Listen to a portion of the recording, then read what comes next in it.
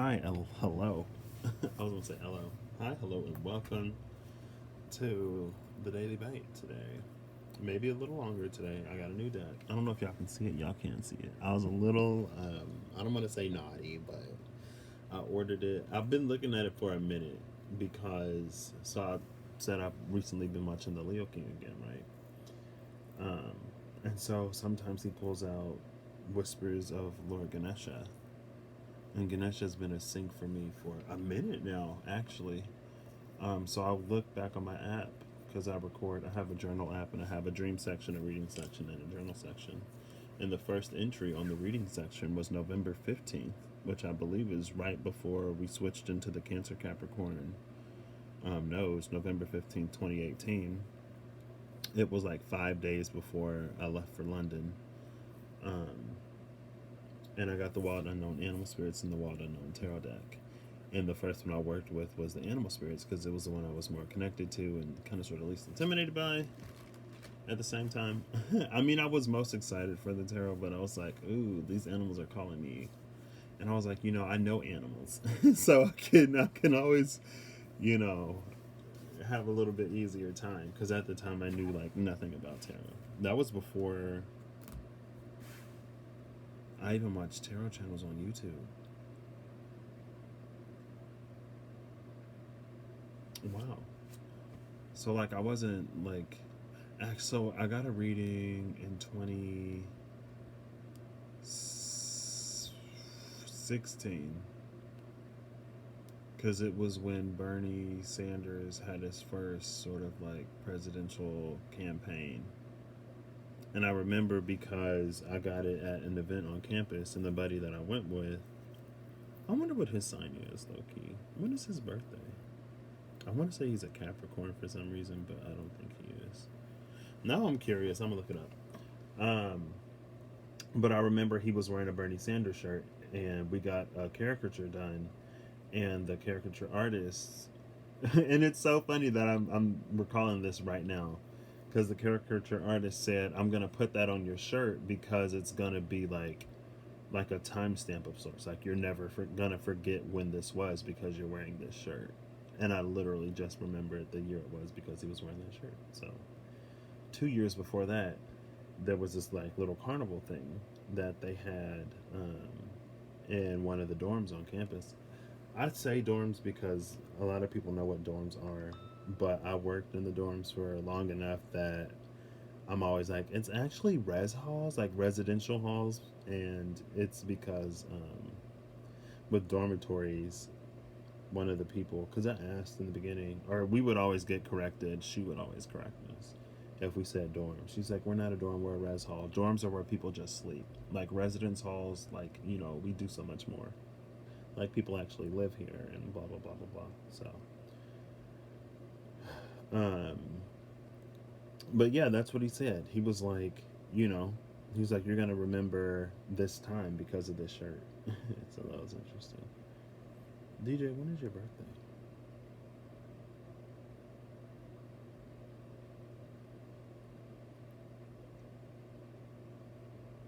Oh my gosh. Oh, I should have known. I should have known. He's a Gemini. He's a Gemini. Oh, I met so many Geminis. Like the first few years I was at Purdue. And a lot of the dudes I crushed on were Geminis. His birthday is actually coming up. It's at the end of the month. He's a Gemini. I shouldn't be surprised. I was literally just thinking about it the other day. I met so many Geminis. And before, it was like a lot of my best friends were Virgos. And then Geminis. And I actually met a few Sages. Sages are my least favorite mutable sign. But I understand them now. I mean, my best friend is a Sagittarius, so. But I think she also got like water in her chart. She might be a Libra rising. Oof, I don't really like Libras. It took us a minute to get along, but we are fantabulous friends now. I mean, I did call her my best friend because she is like one of my best friends. I got a few best friends. Anyway, I guess it's the Taurus in my chart. um, I got a reading from that dude there, and that was my first experience. And of course, you know, I had a lot of sort of what was told to me growing up in the church about what it was, but I did it anyway. And he was like, "This is interesting. Let me pull again." And we did. And now that I'm thinking about what he told me some stuff that day that I thought resonated for then. But now that I think about it, it's resonating now. And there's some, like, one specific thing that he said that's, like, kind of sort of stuck in my mind. And I'm like, wow. Huh. Interesting. Anyway, so that was 2016. Probably, I think maybe February or March, whenever the Super Bowl is, because I think it was the Super Bowl carnival, or it was a thing that they have around the Super Bowl. No, well, yeah, it could have been, because it would have been early 2016, because the actual election was late 2016. Like, Sanders was still in the race, but, you know, when this went on. Um, so, yeah, but then November 15th, 2018, my order came in. I was fairly deep, and here's my I guess he is one of my best friends. I never call him one of my best friends. He's like my only frenemy, but he's a Libra. He's the dude I went on a retreat with. I texted him because he's Indian, and I don't necessarily follow the Hindu pantheon, but Lord Ganesha has been like resonating for me. Like, the elephant was the first card I pulled from the animal deck, November 15th, like right before Cancer and Capricorn nodes came in, coming out of, what would that have been? Leo and Aquarius, right? That's interesting, because I would have been an RA on the Leo Aquarius nodes. And then my spirituality got a level up in the Cancer Capricorn nodes. And like I like actually got I got my first leadership position in the Leo Aquarius nodes. Huh. I've kind of been like living out the nodes, low key. I didn't even know it. That's interesting. Yeah, because I was an RA. I got my first leadership position. I was really like in a space to shine in a way that I don't or didn't usually. I got to build a community. Huh. Wow. So anyway, right before we shifted, I got the elephant card. I told my Libran friend, my best friend of me, what's a less enemy? My frequentance? I don't know. We just gotta learn boundaries when it comes to each other, as far as how much time we can spend together. Anyway, this ain't about him.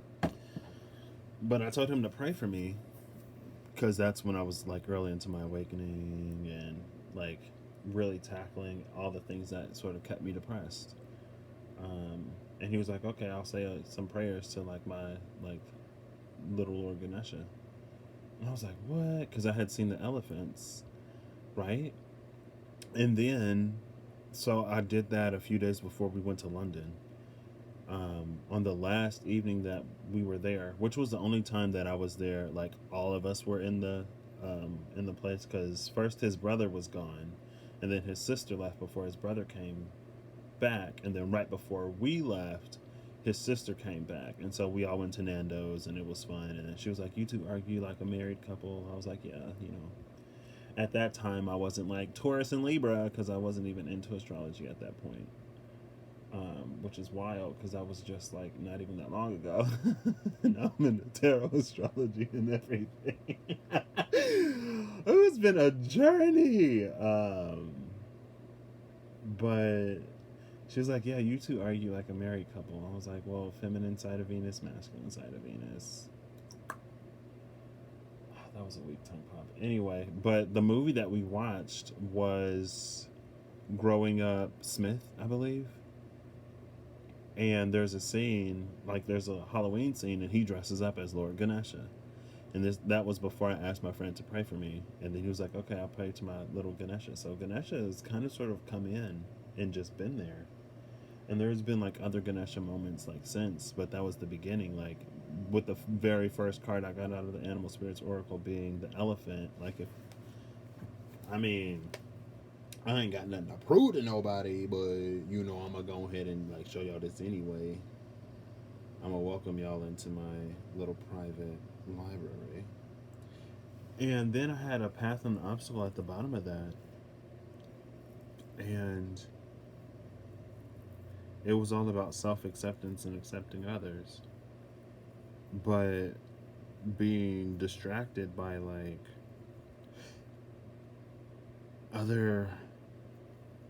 being distracted by like the difficulty of the path, like wishing that it were easier.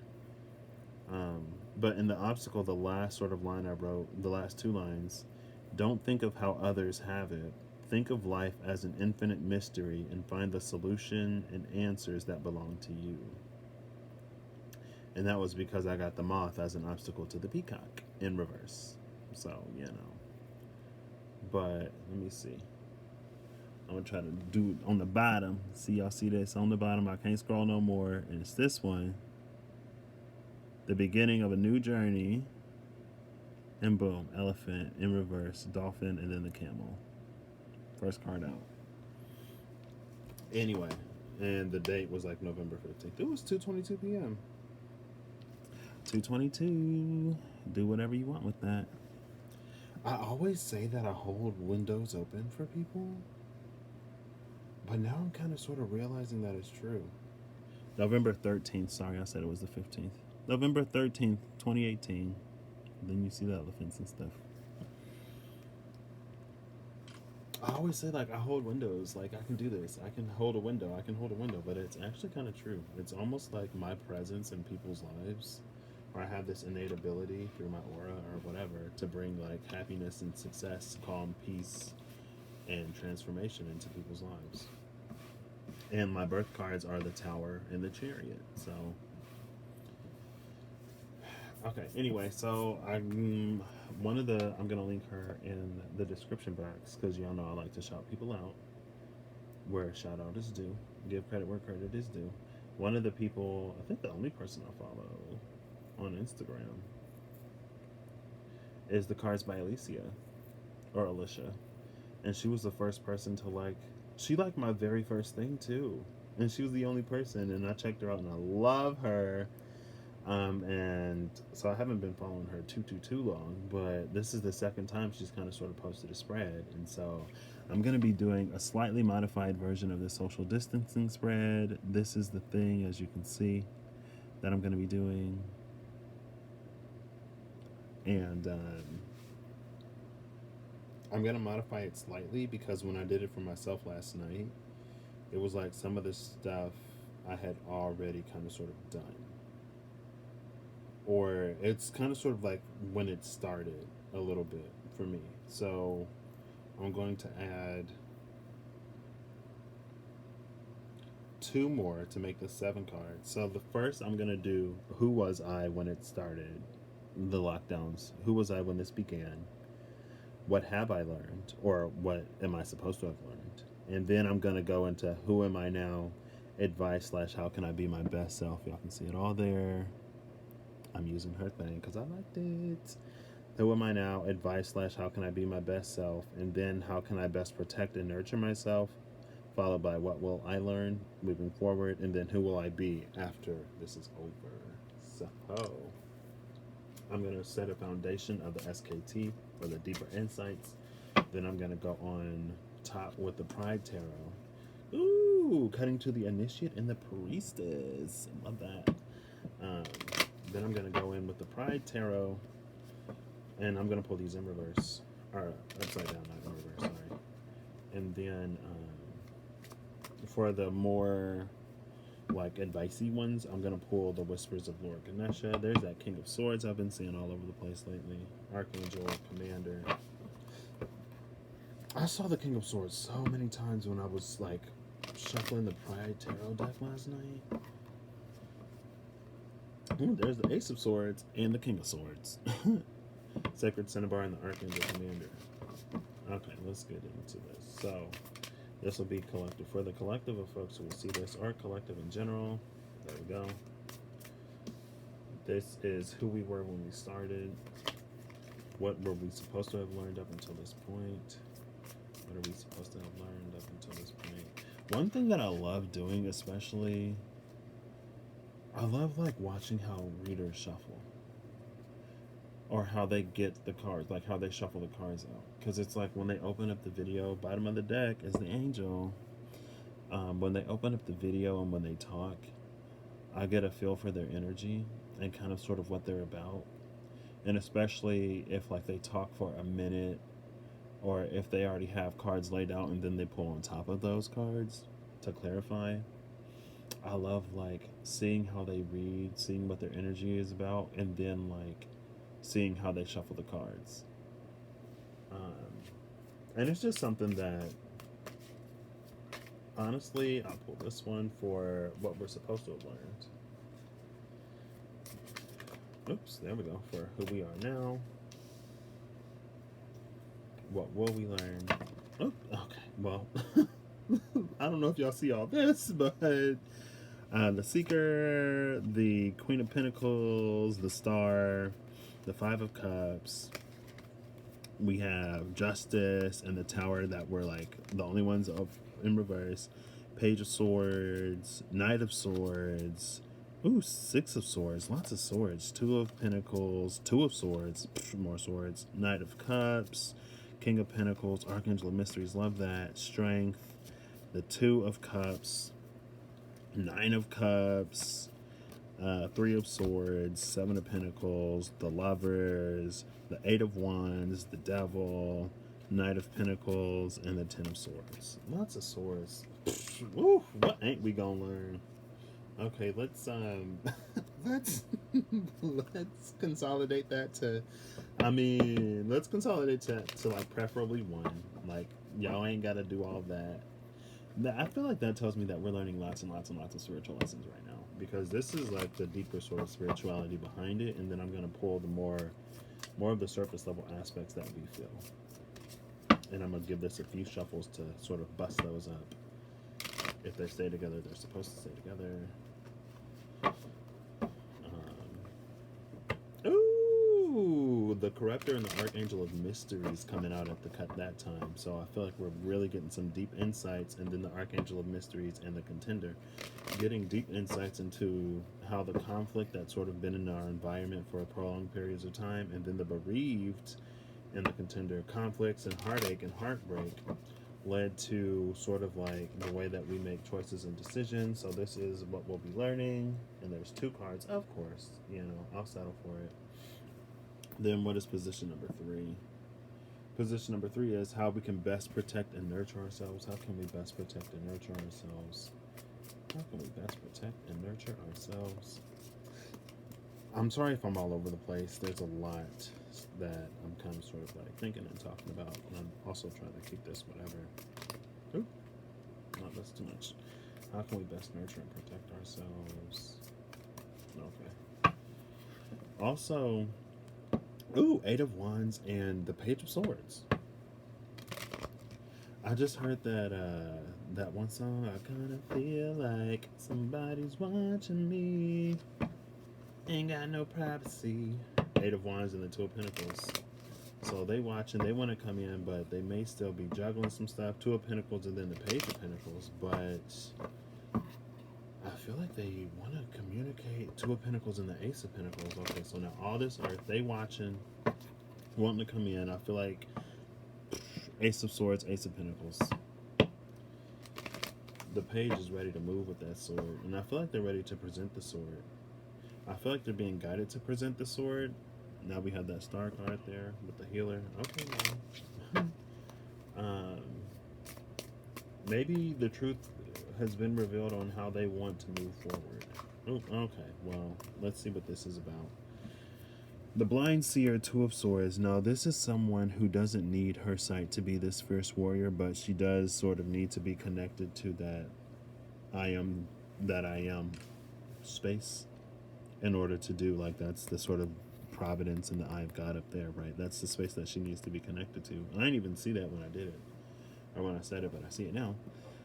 Also, that is more of a masculine element if we look at sort of like the upwards pointing triangle being the element of fire. And so we have this masculine element with this feminine figure, and look at her poise. I feel like it is a swords energy. I was going to say, I feel like this is a very airy energy. But it's airy because it's masculine, but it's also very poised. It's also very graceful, right? Maybe someone is trying to figure out how to introduce an element of grace to this situation, and it's keeping them in this sort of space of impasse. Going into the warrior, the blind seer and the warrior. Okay, so now this is giving me vibes of someone who's training in the darkness. They're learning to live without their sight so that they don't get distracted by appearances when it comes time to strike. Then another two, the Two of Wands. They're going to be making a decision. Crossroads and impasse. They've been stuck, but they see the light now. And then we have this erudite. What's up with twos and majors? This is the energy of the hermit. You can see the star in the urn.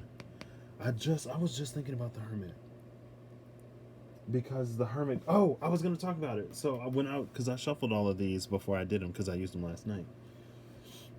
Before I did this. And, what came out? Oh, I don't remember. I was going to talk about it. I remember it came to the hermit. It was something and the hermit. And then it was the hermit and the empress. It wasn't the lovers. Was it the Two of Swords and the hermit? Whoa, what was it? And it came out at the cut. I was like, or was it? No, it wasn't the Six. Was it the Six of Swords? It was some card in the hermit, and I was like, okay, was it the Tower? I don't remember what it was. It was some card in the hermit, and I was like, okay, so this situation is sending somebody into hermit mode so that they can look deeper within themselves. And then the hermit and the empress came out at the cut, and I was like, okay, so they're going to come out of this as an empress. And now we have this hermit right here who has the star in their sort of lantern. I'm getting this, and we have the element of water here, whereas it was the element of fire there. So definitely maybe some kind of sort of conflict between the feminine and the masculine elements in this person. And that can be a sort of conflict between the emotional body and the mental logistical body. But now it's like we're going inside with this more... it's always... The hermit is always depicted as a man, even though Virgo energy is female. Because it's earth. It's receptive. It's the feminine side of Mercury. But Mercury is an androgynous sort of neutral planet. So Mercury doesn't too much maintain a certain gender when it comes to being receptive or being expressive. Mercury does both, and that's why it rules commerce. Or that's one of the things that allows it to rule commerce, which is why in Gemini you get the twins, right? It's that both energy embodied by one. But I'm getting this as like deep emotional healing that's going to be required to make this decision, to come in and to build upon whatever needs to be built upon, to really establish that foundation, right? What am I pulling for? This is how to nurture and protect. It's 234 now. 234. How can I best protect and nurture myself? How can we best protect and nurture ourselves? I'm going to shuffle this up again. Cutting to the Outlaw and the Bread of Life. So there's that Ace of Pentacles again. Now cutting to the Outlaw and the Defector, Eight of Cups. Eight of Chalices. Now cutting to the Outlaw and this Page of Swords. So now we're going full circle. The Page of Swords worked its way to the Ace of Pentacles and then the Ace of Swords. And now the Page of Swords is back with the Two of Pentacles again. So, all right, I feel like this is saying, all right, go ahead and just pull the card because you're getting the same message. How can we best nurture and protect ourselves? I feel like we can best nurture and protect ourselves by realizing what it is that brings us value and by actually going for what we want. Nurture, protect, because they both rose up. Okay, this is nurture, this is protect. N comes before P. All right. Number 4. This is gonna be a minute. What will we learn? I kind of sort of everything, literally. We have the opportunity to learn exactly why we needed to go through this darkness, and also we're going to be learning not only the secrets of this darkness with the priestess, but like the sort of forces that have been there to see us through it. And I love that coming up on the Scorpio full moon, because Venus is the planet of love and value, right? And when, oh my gosh, with the lovers and the Hierophant, the lovers in the Holy See. Love that. What was I saying? But with the Scorpio full moon, I feel like that's sort of us going deep into the self when it comes to others. Now cutting to the necromancer and the lovers. So much major energy coming out now.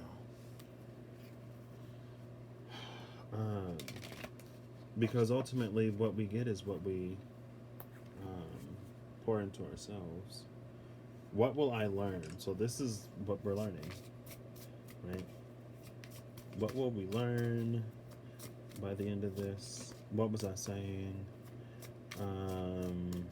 Scorpio, I feel like is going to be, there's this opportunity for us to, or on a more surface level, for us to look back at past relationships and maybe reach out to people. Also with folks being in lockdown, full moon, like Venus's pleasure.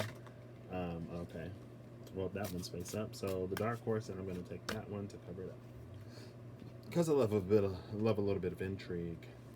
But that's what we're going to learn. I'll just put this back. No, I'll keep it there in case I forget. We're going to learn sort of how to stand against opposition. And the opposition being the darker forces of life, right? That could be anything. It doesn't have to be like anything like super huge and mystical. That could just be like, relationships that you have. I haven't looked at it, but it did pop out. That's going to be the 5th one, and that's who we're going to be at the end of this. And now I'm going to move over to the Pride Tarot because this is taking way too long. Bottom of the deck is the joyous one, 10 of Cups.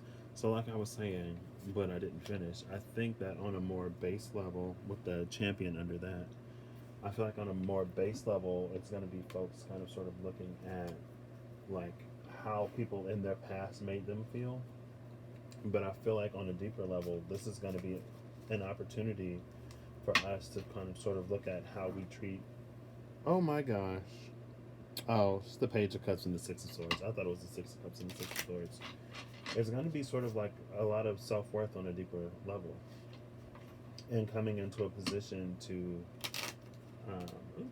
what is this? This card wanted to be saying 5 of Cups, exactly. It's sort of us coming into a position of realizing outside of the other folks in our lives how we really view and think of ourselves.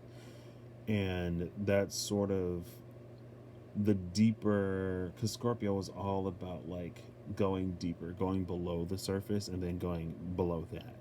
Scorpio with the 8th house is it's really connected to that 12th house collective subconscious, but it's more of an individual subconscious, and that's kind of sort of more of the taboo, because the ultimate taboo is kind of sort of like being confident and in control of yourself, because then excuse me, then you're going to be in a space to recognize and reject or accept. You're going to be in a space to choose the programming that you buy into. And it's the ultimate taboo, because like living on this 3D earthly plane, everything is about programming, right? It's all about fitting into a society, fitting into a group, playing a role, playing a part. And whenever, let me make sure I have this up right. Whenever you kind of sort of do that and play into that, oh my gosh, 8 of Swords and 8 of Pentacles at the cut. Whenever you sort of do that and play into that, it's just a very disruptive energy. And Scorpio is all about transformation, so it's going to be more about personal transformation. But I feel like, especially coming off of the lockdowns, it's going to be people who are just more on the sex part of that transformation. Okay, that's a whole bunch of cards, but I ain't see none of them. But I'm gonna note them. I'm gonna note them, and then I'm gonna put them back. Oh wow! So some of them actually came up right. So there's that Six of Cups that I thought I saw. Six of Cups with the King of Pentacles. I feel like Six of Cups and the King of Pentacles is all about reestablishing your foundation and putting yourself in a place of power. This is the energy of like rewriting your story, going all the way back to the beginning and recasting it, redirecting it. I just saw that Stephanie Myers is like, no, there's going to be a Twilight series told from Edward's perspective, I guess. But this is about going all the way back to the beginning and changing the way that you see things to put you in a place of power instead of keeping you victim. And again, that's sort of the deeper sort of energy that we have going on with the Six of Cups. And the Six of Cups is actually Scorpio. 5, 6, and 7 are Scorpio. So this is the heart of Scorpio. Second deck in Scorpio, so Scorpio into Pisces. We have Neptune sitting in Pisces right now. That may be trining this full moon. Let me look at the aspects. Because the sun is like, what, 14, 15 degrees into Taurus. So it should be trining. Chart details. Let's see. The sun is 16 degrees Taurus and 19 degrees. Mercury is 19 degrees. Y'all see that? The sun is 16 degrees Taurus. Mercury is 19 degrees Taurus. Neptune is still 20 degrees Pisces. As y'all can see on the bottom, Neptune 20 degrees Pisces. So this full moon is going to be trining Neptune, which gives you that Scorpio Scorpio Pisces interaction. But it's also that Neptune is going to be trining the full moon and sextiling the sun and Mercury. And sextiles are opportunities. And I feel like there's this opportunity with the full moon being in Scorpio. There's an opportunity to take things deeper, right? Venus is so wildly attractive because she's in that Queen of Wands energy. Because like she knows who she is and she knows her value and she knows her worth and she's confident in it. I feel like the Queen of Pentacles is more so the queen who like knows her worth and doesn't settle. But she's also caring, kind, and compassionate. I feel like the Queen of Pentacles would be the energy of like someone who lets you down gently. Everybody loves her because she's so like nice. But the Queen of Wands is like, she's so fiery that I feel like, it takes someone brave to approach her. I feel like anyone and everyone approaches the Queen of Pentacles because she's caring and she's compassionate and she's nice. The Queen of Wands is also compassionate, but I feel like she's the energy of someone like, she's like the girl or the guy who is so hot and so popular that you think that everyone is sort of like in their inbox, sliding in their DMs trying to get some, but no one actually is because they're so intimidated by that person. And everyone thinks that they have all of these other people too. Why am I talking about the Queen of Wands? Because that's Venus, right? But now with this Taurus, it's like we're actually sitting, 33 on the clock. Okay, there it was, and now it's gone. But with Venus sitting sort of in opposition to Scorpio, I feel like this is when the popular girl wakes up and she realizes, like, I actually don't have any friends. Like, everyone in my life, they like me because I'm pretty. They like me because I'm popular. They like me because I'm smart. They like me because I have a lot of money. But no one actually, like, knows the real me. And people don't like me for who I actually am. And so it's asking us to go inside and to rewrite our own narrative where we make ourselves sort of like the victor instead of the... I mean, this is like... That went kind of sort of off track, but getting back to this is us going back in time, rewriting our narrative, putting ourselves in a place of power so that we can gain control over our reality. And like, look at that halo. Look at that penny. Now all the cards are in reverse and upside down. This is an all upright deck. We have the Moon, Judgment, and the Six of Wands. So we got the Six of Cups with the King of Pentacles, And then the Moon, Judgment, and Six of Wands, which is exactly what I was saying. But this is the part where we need to make sure we rewrite ourselves as the victor. Because I feel like when we go through all this, we'll be able to judge situations differently, and then we'll get clarity into the reason why things were so difficult in the first place. And the Ace of Swords at the bottom of the deck. Exactly. That's the kind of sort of level of clarity that we have the opportunity to get with this full moon, especially going deep with the Star and the Seven of Pentacles, especially going deep with that Scorpio Pisces energy. And like I said, I was feeling that sort of like there's this bridge between the 8th house and the 12th house, between that sort of like deep transformation. But with Scorpio, it's like instead of the collective subconscious or the subconscious of everyone at large, instead of the systems of like spirituality and sort of the things that govern all of us, it's more personal. It's you. What's been governing you? Why do you desire the things that you desire? Are you pursuing things, or are you sort of manifesting things from a lack-based space? Because I know Scorpios can be like really, really hard on themselves. Especially because like Scorpio energy is all about transformation. And like people with Scorpio risings, like I feel like those are the people. Where was Abby's? Abby had Scorpio in her chart. Was she a Scorpio rising? I think she was a Scorpio rising. I feel like a lot of times people with Scorpio rising, or maybe like Aquarius strong in their chart, but like with Scorpio rising, like those are the people who are like constantly changing their appearance, either like in person or social media. Scorpio in general is like, well, I know one Scorpio, but he's Cancer rising. He's the only Scorpio really that I feel like doesn't necessarily change too much, but once you get lost in the sauce, he's a completely different person. But it's like, it's all about transformation, it's all about change. And then Temperance just came out.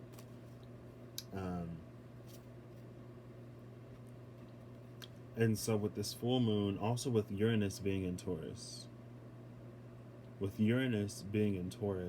I feel like Uranus is at fall in Taurus. So I feel like it's, with Pluto also being retrograde in Capricorn,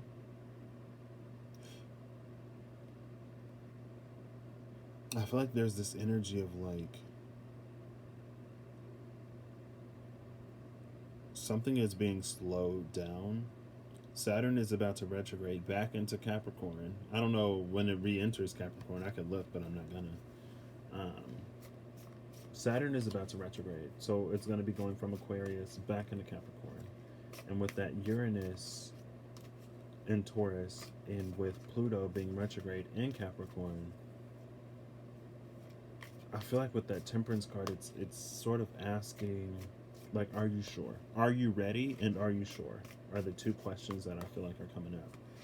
And I feel like it could be like, well, I thought I was ready. Like, am I ready? Like, am I sure? I don't know. And I feel like it's not to psych you out. And look at that. I just shuffled it in, but y'all see that Hangman that popped out when I said that? Hangman and the Ten of Pentacles. Are you ready for it? And it reminds me of that video, A Channel for Grace, I believe was her channel name. It was a video, something about Capricorn, and I clicked into the video randomly because she had a whole bunch of like blank space at the beginning. So I randomly went like 20 something minutes in the video. And she's like, are you ready, Patrick? Like, are you ready to build? I was like, girl, what is this? She just said my name. She just said something that I was like thinking about. There's that King of Swords again with the Five of Wands at the cut. But I'm going to get started. But I feel like it's like, are you ready and are you sure? Are you ready? Are you sure? Ten of Pentacles was what came out with the Hangman. With this Ten of Cups, Joyous one still sitting right here. Okay, let's get into this. So who were we when this all started collectively? Nice. Love that. We were Eight of Swords, trapped in ways that I feel like we didn't even see. That's who we were. I feel like we were stuck in paradigms that we didn't even... I feel like we knew it wasn't great for us, but no one was admitting it because it's like something that works, but it's not working. What have we learned up until now? What have we learned up until now? I'm going to pull this card. The World. Love that. I feel like we learned that those certain systems were kind of sort of broken, and even the people who benefited off of them, or some of the people who benefited off of them in the past, didn't even benefit as much as they thought they did. And we also learned that you know, there needs to be major changes, and there are going to be major changes going forward. I feel like some of us, maybe me, oops, okay, we'll also put these on there. Oh, the Sun and the King of Swords. There's that King of Swords that keeps stalking me. I kind of love his energy, though. He's Aquarian. I got Aquarius in my chart. Saturn is in Aquarius, and Saturn is kind of sort of the father of the zodiac. So maybe that's why the King of Swords has been stalking me, because I'm coming up on my Saturn return. So the Sun is clarifying the world, and I kind of want to. We're just gonna go for it. So the deeper lesson here is Archangel of Glory, which is the King of Wands energy. So we have the world, the Sun, and this King of Swords in the space of what we've been learning. The Archangel of Glory is the angel of art and grace. You can see that at the bottom of the deck. I feel like there's sort of this element of, it's like this element of ugliness that was there, that was being repressed.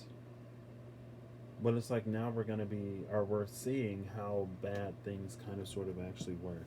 Oop, title card at the bottom of the deck. So that tells me to wrap this up. Also, it's telling me I feel like we've kind of sort of been granted a little bit of sight beyond the system, right? Because it's like when everything is working on the front end, you kind of sort of just go with the flow. You accept it for what it is. But then when you realize that in the back something is shady, then it makes you question the front, right? It's like, if this is everything that's going on the back end, like, how is it looking like this on the front? Like, where's the disconnect here? Because it's like the cogs are moving and the gears are turning. It's like when you open up an electronic because something happens and they open it up, and then you see like a bunch of extra wires that seemingly go nowhere. It's like, what is all of this powering? Like, what is all of this extra stuff for if it doesn't go towards what it said it was being going towards? I feel like the shadow of the world is sort of coming into light with this Archangel of Glory. And I think the Archangel of Glory is asking us to have grace with ourselves in this time, to have grace with each other, especially since, you know, some folks are quarantined with other folks, and to pursue something more beautiful in the future with the art. I feel like the shadow of the world has been illuminated, and it's time for us to cut some things out. Or that's what we're supposed to have learned. As well as, you know, I tried to be a hopeless optimist and say that, oh, you know, well, I didn't necessarily want things to go back exactly to the way they were, but, you know, I did want to travel this year. And I was blessed with an opportunity to travel and with the funds to travel. And I'm like, okay, well, like, I'm ready to travel. Okay, so who are we now? Oops, there we go. What is this? The Emperor. Oof, love that. I'm actually going to clarify this because I know that ain't everybody's story. But that's the space that we're sort of being called to right now, for sure. Who are we now? Okay, that's a whole bunch. Who are we now? Pick 3. Okay, I'll pick this one. I'll set these face down. I'll pick this one. Oh, 2. Okay, those 3. All right, moving forward. What will we learn moving forward? There we go. 2 of Pentacles. How to bring these 2 worlds together. What was number 3? What do we need to nurture and protect us? When it comes to nurturing and protecting ourselves, what is some insight? What is some insight about nurturing and protecting ourselves? Okay, they say hit it with a shuffle, so I'm gonna hit it with a shuffle. Sometimes I hit it with a shuffle because it's like, ooh, cutting to the Queen of Pentacles and the 8 of Cups. Speaking of the Queen of Pentacles and her compassion, yes. Is that the 6 of Cups? Now the 6 of Cups with that Queen of Pentacles. First it was the King of Pentacles with that 6 of Cups. So rewriting our story from multiple sources. I feel like with the Queen of Cups coming out, it's also rewriting, or when we rewrite our own story, it's to release some of the blame from other people as well, because we can't rewrite our own stories if we continue to play victim to our circumstances and situations. Three of Cups is sitting on top of how to nurture and protect ourselves. That's all about finding community and celebrating differences instead of sort of like trying to mask them. Especially in this deck, it's all about celebrating differences and respecting differences and coming together at the same time. What else do we need to nurture and protect ourselves? Eight of Wands. I feel like that is an element of spirituality and divinity. I'm feeling the Eight of Wands as a very divine energy. Almost kind of sort of like divine intervention, but more like divine revelation. Number four. Number four was... What was number four? I know it, but I can't. It won't come to mind. But I know what it is.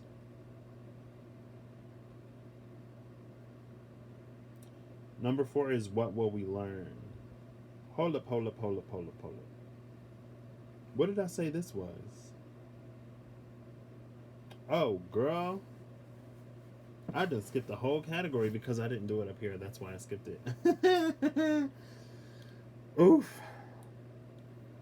So this is going to have a tie to this.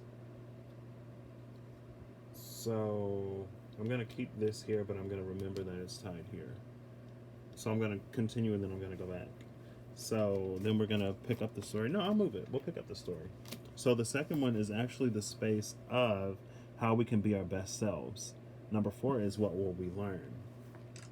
So I guess this is how we learn to be our best selves, by choosing to do the things that sort of make us happy, by reevaluating the weight that we give to certain things, because that's what all of this up here, like what we're supposed to have learned up until now, that's what all of this is about. The reevaluation that needed to happen, and the things that needed to come to the light, the things that, with Aquarius, the things that needed to be made public knowledge, so we can kind of sort of come to a more collective decision instead of certain elite groups or a certain select few people being able to make those decisions for kind of sort of everybody at large. It's making us a little bit more involved in government and in politics, and I guess that's what all of that Capricornian energy was also about, right? But it's making us involved in a way that is through information. The release of information. With Fixed there, it's like the release of stored information. Four of Swords on top of this, Two of Pentacles for what we'll learn. I feel like that's bringing an element of balance and peace. This is recuperating. Ooh, because the Four of Swords comes after the Three of Swords. Hopefully, because things are a little ugly in some places, with a lot of the blame and a lot of the America being America, people attacking certain folks. Now people saying like, y'all, we ain't even got proof that the narrative that people have been pushing out is true. Folks already being attacked. Somebody saying the last time we saw some of these conjunctions was or some of these aspects was like World War II. And then here we got folks attacking people because of a narrative being pushed out because of blame, because of, oh my gosh, I ain't even gonna go too far into it, but it's ugly. And it's starting to hit communities that it's starting to hit communities that might have thought they would have never been hit. It's starting to find, oh, this is about creating peace. This ain't about juggling in the sense of like, because this is about choosing what is lighter and tossing what ain't. Because in this Two of Pentacles, like, dude is like, sis is like working it. Like, yes, look at the boa. Look at the heels. She's like, and this is like creating that peace. This is creating a balance instead of juggling. This is creating a balance and a harmony. That's what we're going to be learning. Hopefully we do it right, because the stuff that's going on right now cannot stand. I'm like, really? I'm going to keep this down there because that's what I was talking about. So, I forgot what the second one was again already. Second one, advice. How can we be our best self? How can we be our best self? How can we be our best self? How can we be? There we go. Oh, okay. Well, that's a lot of advice. I'm going to take this one because it flipped over Ace of Swords. And then I'm going to shorten this. And then I'm going to see if like one or two cards wants to come back out. What is this? So we start with the Page of Cups and how we can be our best selves. I feel like this starts by recognizing what it is that brings us heart fulfillment, right? This is more so than like a carnal desire than an earthly desire. This isn't material. This isn't, like sexual or lusty, right? This is like fulfillment, actual fulfillment. We need to see and realize what brings us actual fulfillment. Six of Wands, and then we need to pursue it with a kind of sort of, we need to pursue it knowing that we'll be better off in the having of it. And then we have this Temperance. Okay, so the Temperance energy is a healing energy. The Star is also a healing energy. It is actually the healer in the SKT, but the Temperance is about alchemy, the alchemy being the healing, right? The alchemy being going back and rewriting your story, retelling your story, and putting yourself in a different position. But I feel like these together is about sort of moving forward. It's like choosing which pursuits are, choosing what's actually worth our time, energy, attention, and effort. It's like knowing what actually, beginning to know what actually fulfills us on a much deeper emotional and spiritual level.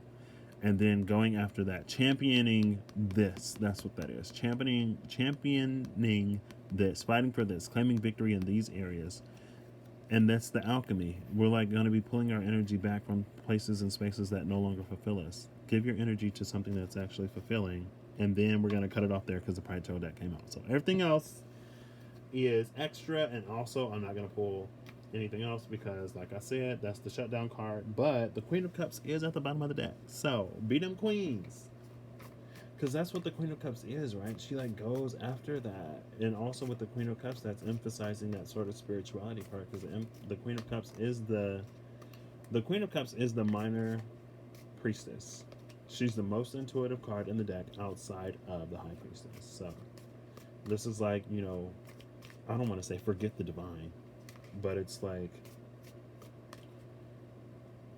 step away from the grander, more cosmic, global, sort of like high priestess kind of sorts of energies, and like how can you be the priestess in your life, right? The priestesses of old were sought after for their, not even their wisdom, but for their ability to, oh my gosh,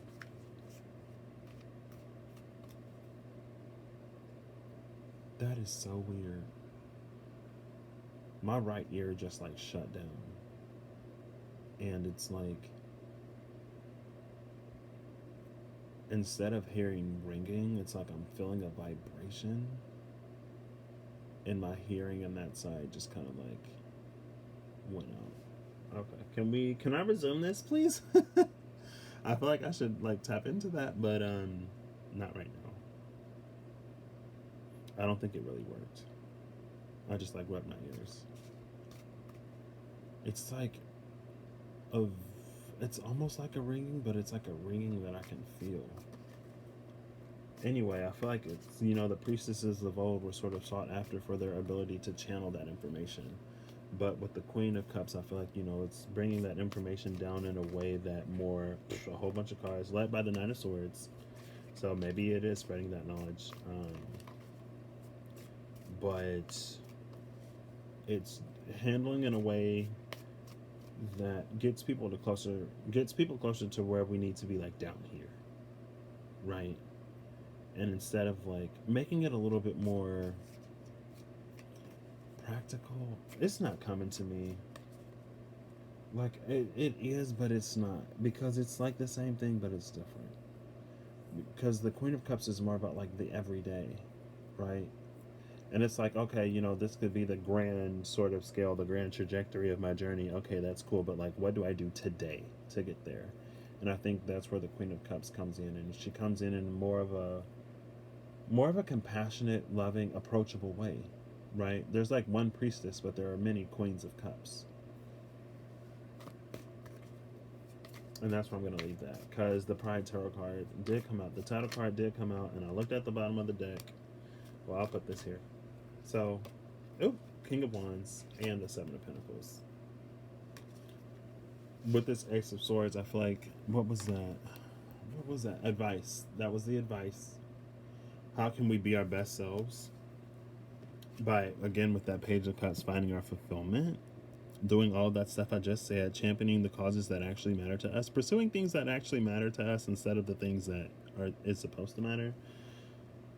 Because that's going to come with some realizations and revelations with the Ace of Swords, and then it's for us to take our authenticity up and to be centered and grounded in it and to plant seeds in that moving forward. That's the advice. Okay, so now who will be at the end of this lockdown period? Who will we be? I don't even know if this deck is upright anymore. It may be in reverse. I'm pretty sure it's upright, but who knows? That's why I stop when I see them title cards, because it's like some things is just not meant to be pried into, and I respect that. I'm not going to try to pry into anything I'm not supposed to pry into, because and I'm not saying that as a whatever, but it's just like I understand, realize, recognize, and can appreciate choice and the journey and the realizations and revelations that we're supposed to have along the way. Okay, so who will we be? Who will we be? There we go. Thank you. I was about to shuffle this. Maybe I'll still shuffle it. Ooh, Five of Swords. Girl, what's that about? The Five of Swords in this card, though, is told from the perspective of the victim instead of the victor, right?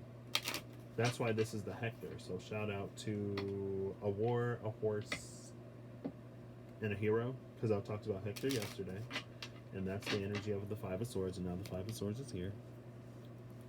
But now it's told, oh, this is Achilles. That's Achilles.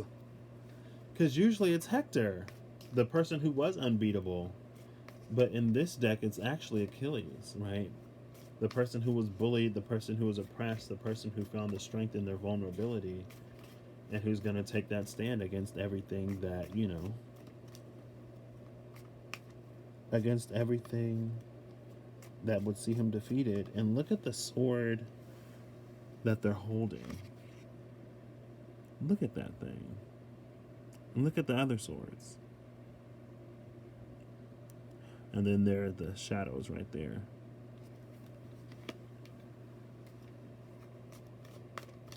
I feel like that's about rooting out and discovering our own shadows, the shadows that exist within us. Is there anything else? Nope, that's it. All right, bottom of the deck is... what is that? The Seven of Swords. Left under that is the Ten of Wands.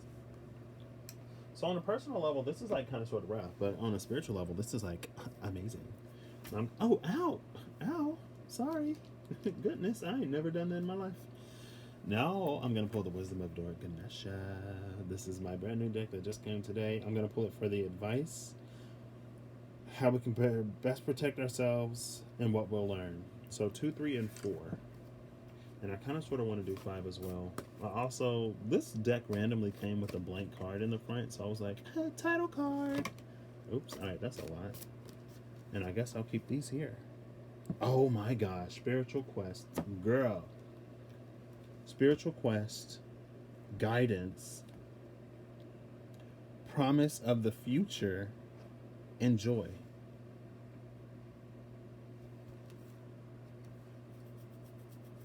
I don't want to, like, I'm just going to note these, and then we're going to get one. But again, Spiritual Quest. What is this one again? Guidance. Let me read the numbers, too. Spiritual Quest is number 40. That could kind of sort of be 2020, Double Judgment. That could also be 4 Wheels of Fortune. It could also be a Wheel of Fortune, Judgment, and then another Wheel of Fortune. So the Wheel of Fortune, Judgment, and another Wheel of Fortune would be things turning and moving and beginning to come in. You serving as judge, jury, and executioner, and then deciding with another Wheel of Fortune the way that you want to progress forward. I love that for the Spiritual Quest, because that speaks to the autonomy that we're kind of sort of coming into. So I like that 10, 20, 10. And then we have Guidance, which is number 32, 33? 33. Master number 33 is Guidance. Ooh, it's a guided process. I love these. I love these 4 cards. I love this. I literally just opened these. Number 8, Promise of the Future. Number 8 is a number of abundance. And then, last but not least, Joy, which is number 47. 47 is an 11. And we have the 7 of Wands down here somewhere.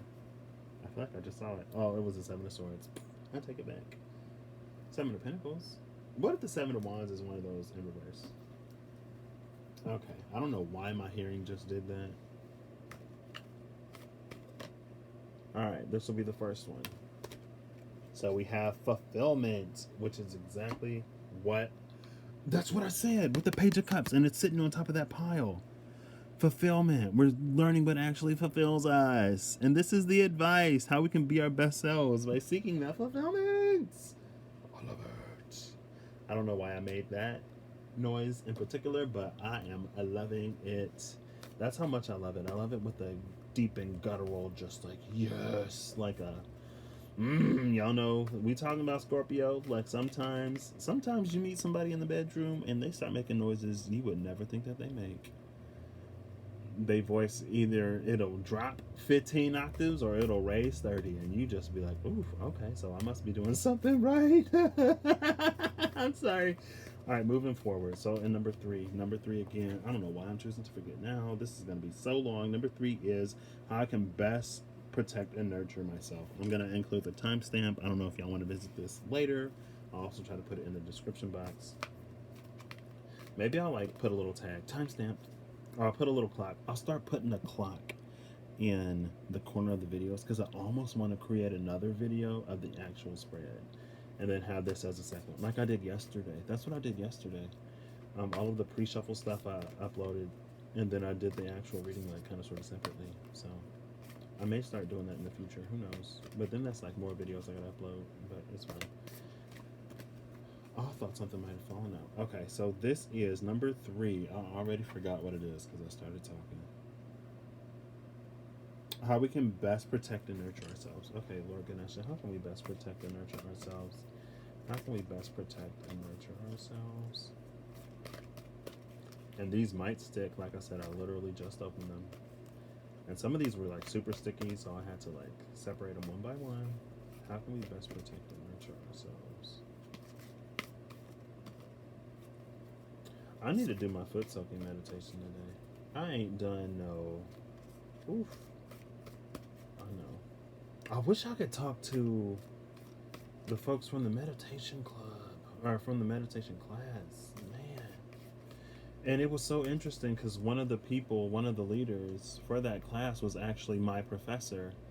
And it's so funny how that worked out because I was taking a class I wasn't supposed to be taking. I took an incomplete in a class, and the professor left the university before I finished the work. And so I had to retake the class, and I was in there with like juniors, like with all this stuff that I already learned and I already knew, so it wasn't necessarily difficult. But the professor of that class, first day, was talking about the meditation class. And it's just like the way that worked out, I'm like, wow. And I feel like it's just little ways like that the universe has kind of sort of been showing me lately that it's like I didn't screw up the journey. I am where I'm supposed to be. And everything that happened before then is a part of the story. Not to be ashamed. I also learned that I'm a lot more resilient than I thought I was. I thought I was just like, I don't know what I thought. Okay. All right, I'm going to give this 3 more, and then I'm going to pull from the bottom. So whatever card, if don't nothing want to fall out, I'm going to just pull from the bottom. So whatever card need to work its way to the bottom, go ahead and work your way to the bottom. I'll give it 2 more. 1 and 2. And then we'll just slide this down here. Then I'm going to give this 5 more. And then I'm going to pull for the bottom of the next one. I kind of want these to be surprises too. So. And y'all are going to have to bear with me as I read these. So, you know, I'm not going to apologize, but because it is what it is. And honestly, I'm being called out of the space of apologizing. Because, like, why would I apologize to folks who ain't going to be here? It's like, you know, if you come over my house and you upset because it's cold, and if I didn't invite you, it's like, okay, well, you invited yourself over here, and what I'm not about to do is burn up because, you know, you over here. So either you can grab a blanket from the closet in the back, or you can leave, because I ain't about to roast in my house for nobody. All right, so 1, 2, Oops. I'll actually pull this one because you stuck out so far. Bottom of the deck is Promise of the Future. Again, number 8. And how many, like...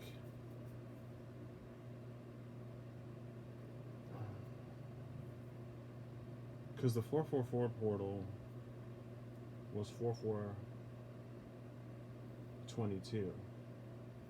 So if we don't reduce the 22 because it's a master number, then a lot of those could have been about the future. Promise of the Future and master number 22. I'm going to see what number 22 is in this deck really quick. What if it's like literally behind this card?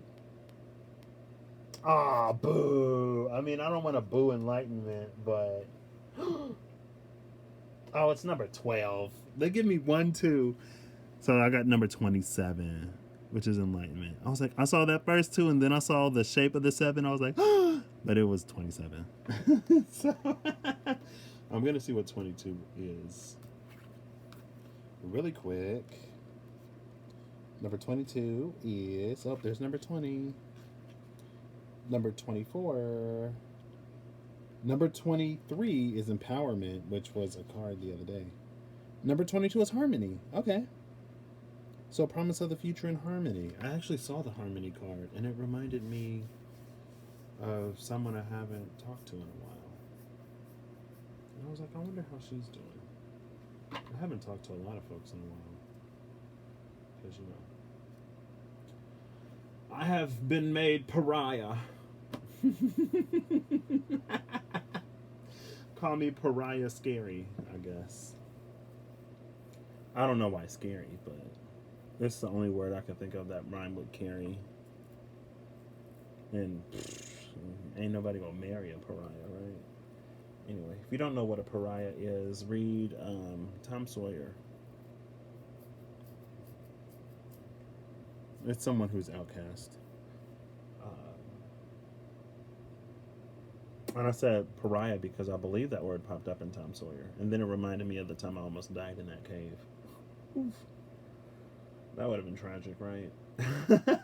Anyway, okay, so let's begin because this is already long enough.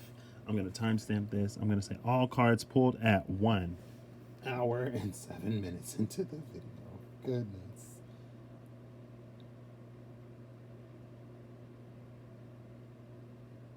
What's that? Is that Shakira? It just popped into my head.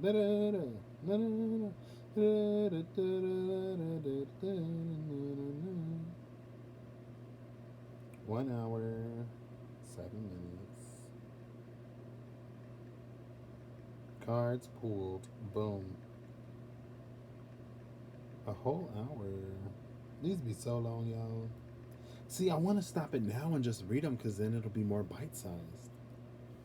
I'm going to start doing that starting tomorrow. I'm going to just, I'm going to record the beginning, leave it up as a video, and then I'm going to stop, and then I'm just going to upload the next one.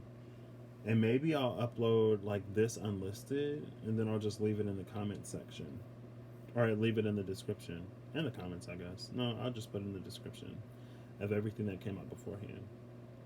Ooh, and that'll satisfy both parts of me. It's all about seeking fulfillment, like I said. Okay, I feel like my hearing is coming back now, which is cool. Ooh, Alicia, what is this? Oh, that's old. Alicia, girl, where'd it go? Oh, here it is. It's right here. It's right here. Okay. 55 likes on this post now, y'all. I didn't even see that before. So, who were we when this started? And again, I kind of sort of already went over this. So who we were when this first started, I just realized these cards are roughly the same size. I love this. I actually really do. So we got the 8 of Swords. I don't think we fully knew who we were when this first started because we were so distracted by everything outside of us.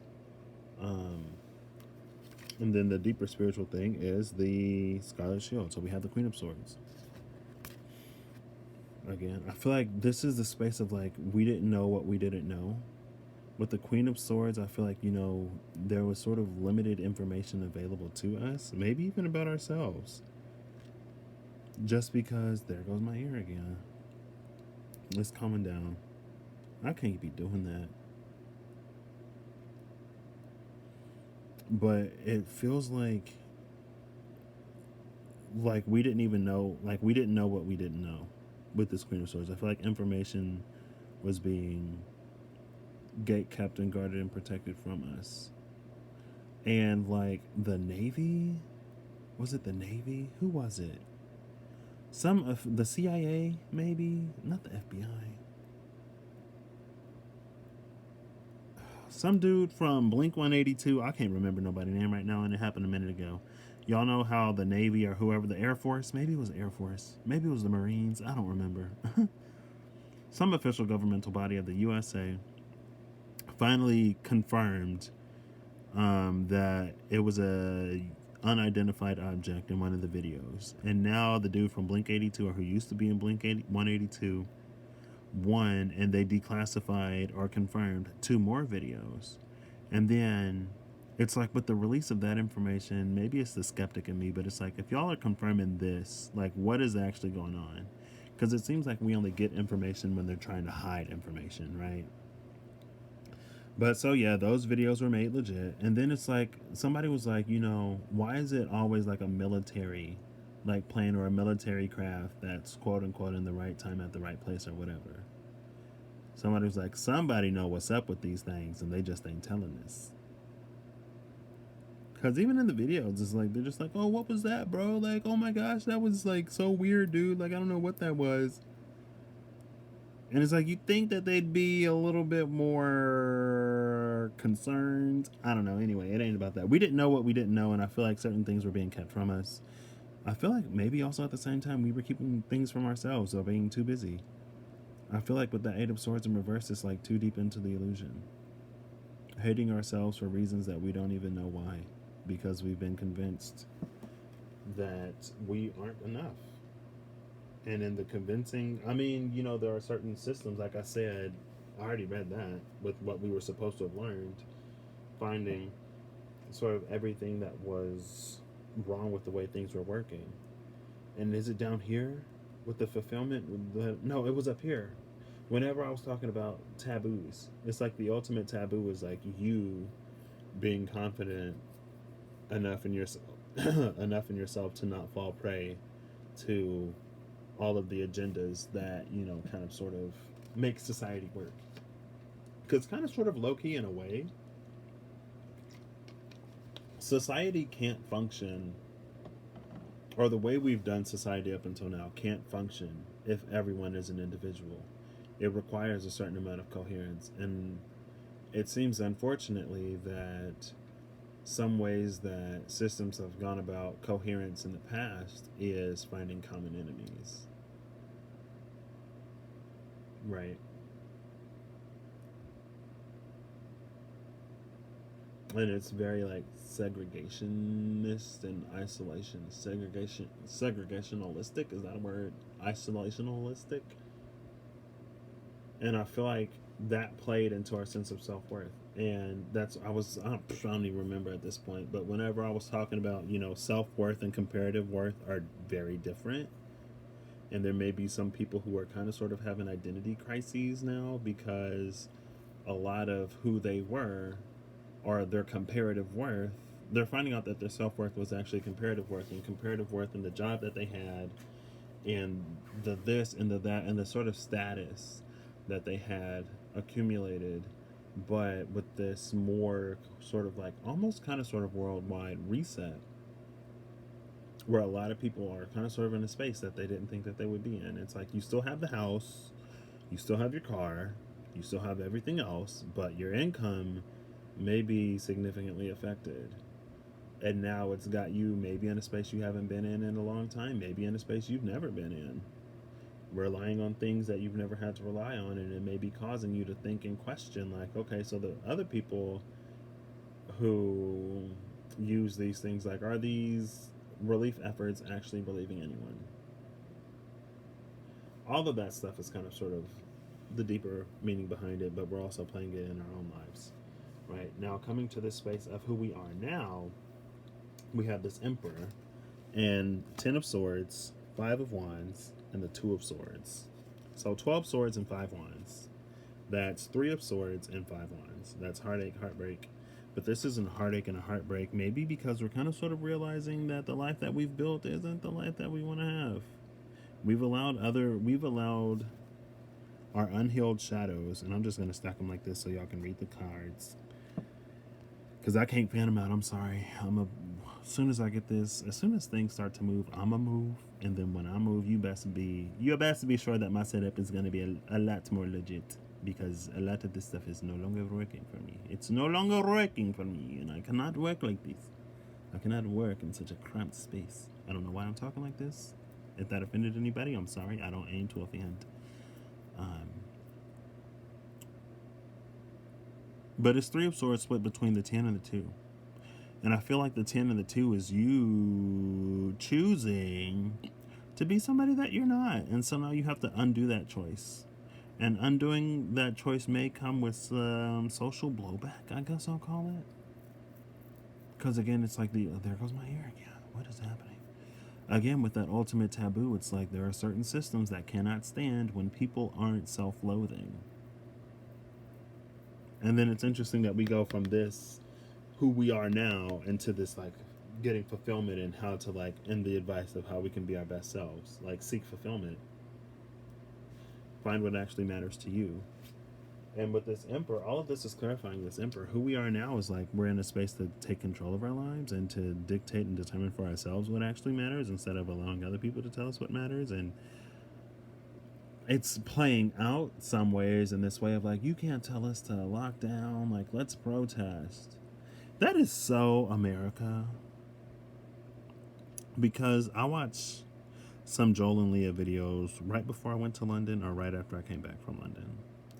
And somebody was talking about the freedom of speech, and I guess some American was like, well, at least we have freedom of speech here. And they're like, well, we pretty much sort of have the same freedoms, except like hate speech isn't protected. So, anyone who would rally into hate groups, like that's kind of sort of the only speech that kind of sort of isn't really allowed. And honestly, like that's the sort of speech that shouldn't be allowed. And so we're not too upset that, people can't openly rally. Like hate groups can't openly come together and be protected by the Constitution. So it's like, and then we see now like people are protesting the lockdowns, and like it's like some people are like, it's not even real, like the numbers are inflated. But like regardless of if it's real or not, regardless of if the numbers are inflated or not, like now we have all these new and additional cases because people decided that they'd rather be outside. Their freedom to be outside was greater than their freedom to, I don't know, live and not get sick or be on the verge of death. And their freedom to be outside is much more important than other people's freedom to not get sick. Especially the folks who are like still going out and doing stuff and then still like, going to other places. Anyway, this ain't about that. I mean, it kind of sort of is, but it isn't. But that's one way that we're seeing this choice kind of sort of play out. I feel like this is a test. This is almost a test of like, are we actually ready for free will? Because it's like, look what they're doing with it. Oof, and then we have the Seven of Swords. And then I've been looking at this overall Seven of Swords energy from the Pride Tarot, because remember that's what came out at the bottom of the deck. And my eye has been going to it and going back to it and going back to it, and then it came out right here. I feel like, going off of what I just said, of who we are now, it's like, with that Seven of Swords, it's like, all right, we'll put you in this situation. We'll give you a little bit of free will. This is like, a kid who's complaining to a parent, like, I want to get my groceries. And then the parent is like, okay, like, I'm gonna let you pick whatever. And then they come back with like nothing but candy. And they're like, okay, see, this is why you don't have money right now. And this is why you don't fix your own meals, because this is not nutritionally balanced. And I love you, and I want you to be happy, and I want you to eat the things that you actually want. But, because I love you, we're also gonna put some of this candy back because, like, you're gonna get a toothache, and I know you don't want a toothache. It's like you want the candy, but you don't want the toothache. But you're eating, like, you're rotting all of your teeth, crying about the toothache, but then crying that you can't eat all the candy. And it's like, okay, well, when we let you make the decisions, you see what happens. And now you're in the space again to decide, what will you do with that choice? What's going to happen as a result? I don't know. But I'm feeling especially clarifying by this emperor and by all of this. That's kind of sort of the energy that I'm getting. So who are we now? We are temporarily, experimentally creators of a lot more. But what are we doing with this is the question. How we can be our best selves again. I already read all this. And then fulfillment came out to confirm it. So I'm just going to pull the SKT. Oh, there were two of them. I forgot. The Conservator and the Hunt. How we can be our best selves. The Conservator and the Hunt. I feel like this is reconciling our own shadow within ourselves and moving forward in a way that would do us proud. Right? I feel like there's also a sort of forfeiture of judgment here of other people. Being less judgmental. Because it's like once you integrate your own shadow, it doesn't come with an appreciation for other people's shadows, but it comes with the recognition that not everyone is on that kind of sort of, like, people have their own lessons to learn, and it's not for you to judge someone else on the lessons that they have to learn or that they're still learning. This is all about being solid within yourself and knowing that your decisions are your decisions. So how you can be your best self is by being your best self and by not worrying about what everyone else is doing. And if you being your best self is contingent upon other people being their best selves, then number one, okay, yeah, maybe that environment isn't for you. But number two, like, how strong is your foundation in yourself if who you are is dependent on who everyone else is around you? Right? And I feel like there's weight and there's credence. Is that the word I want? There's weight and credence to both sides of that equation. Because, like, yes, your environment does play a role. And yes, if you're constantly drained because you're constantly pouring into situations that don't pour back into you, like, you're going to feel that. Excuse me. But sometimes some people are so quick to move to find that environment that they don't realize that some of that unrest was actually within them. And so they move to another environment and then they create the same problems and they create the same situations. And there's this one person in my life, another Gemini that I met in college, who was also cute. Anyway, it ain't about how cute he is. What was up with me and Gemini dudes in college? I don't know. Anyway, what's up with me and mutable signs lately? Low key. Sagittarius. One Sagittarius. All of them Geminis. Actually, I met another Sagittarius over the summer. I met a Pisces and a Sagittarius. What about Virgos? Was anybody a Virgo? I don't know. I don't know if I met any more Geminis either. Anyway, it's not about me right now. The me part of this is over. Why was I talking about Geminis?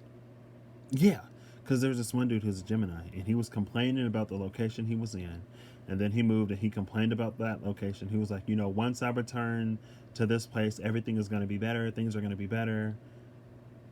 And I sent him because y'all know, I don't know if y'all know, but I can be a little bit, I can see beyond things sometimes. And so I asked him a question, and he was like, he assumed that I made assumptions about him because of the content that he was posting on his social media. And I was, instead of doing the whole like whatever thing, I was just like, you know what, you right.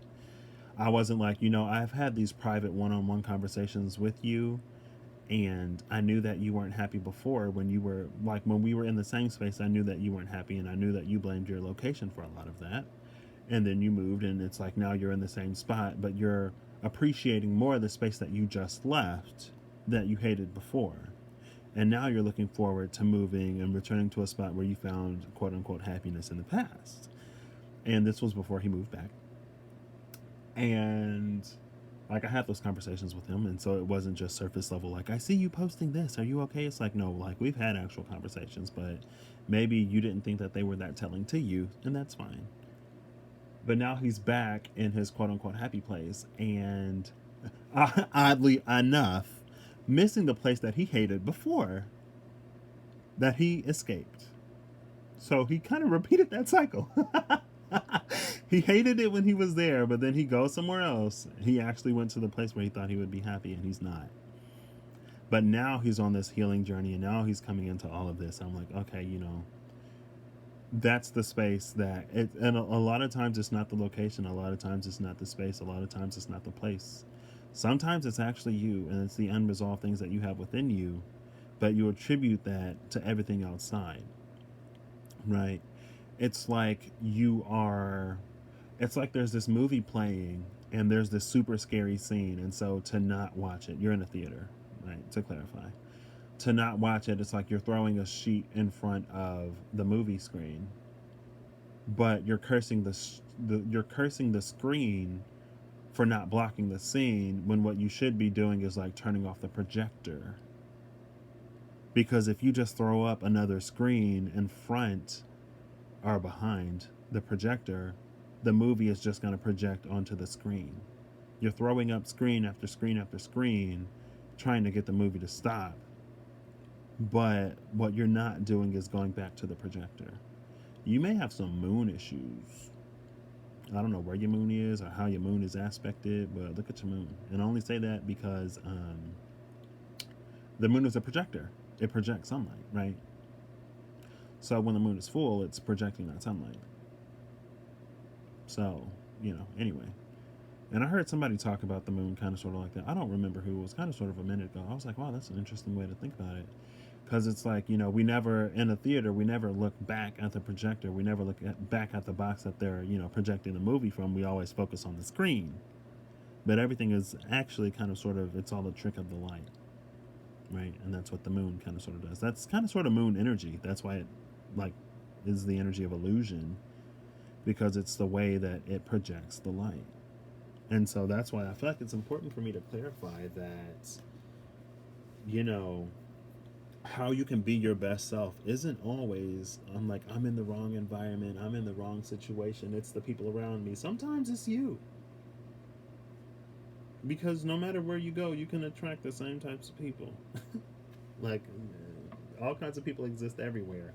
And if if those people don't exist at that point, you best believe that your presence there, you move there, and then all of a sudden the whole neighborhood goes downhill. Well, it's because, you attracted these undesirable quote unquote neighbors, these undesirable neighbors you brought along with you. And it's like, oh, you move in, oh yeah, I just moved here, and this neighborhood is so cute, and I've heard so many good things, and oh wow, I just moved here too. And then if you're watching the movie, that person gives this devilish grin, and you're like, oh my gosh, this person came here because of the other person. But then the main person who just moved there, yeah, what a coincidence. I was like, yeah, and it's not because you just moved here at all. It's not because your presence here attracted me to this area at the same time to come in to ruin things for you, because it's not where you go, it's who you are. And since you can't recognize and reconcile that within yourself, you're just going to keep getting more and more problemsome neighbors. And you're just going to be like, I don't know why. It's just my luck that I get all of these neighbors that I don't like.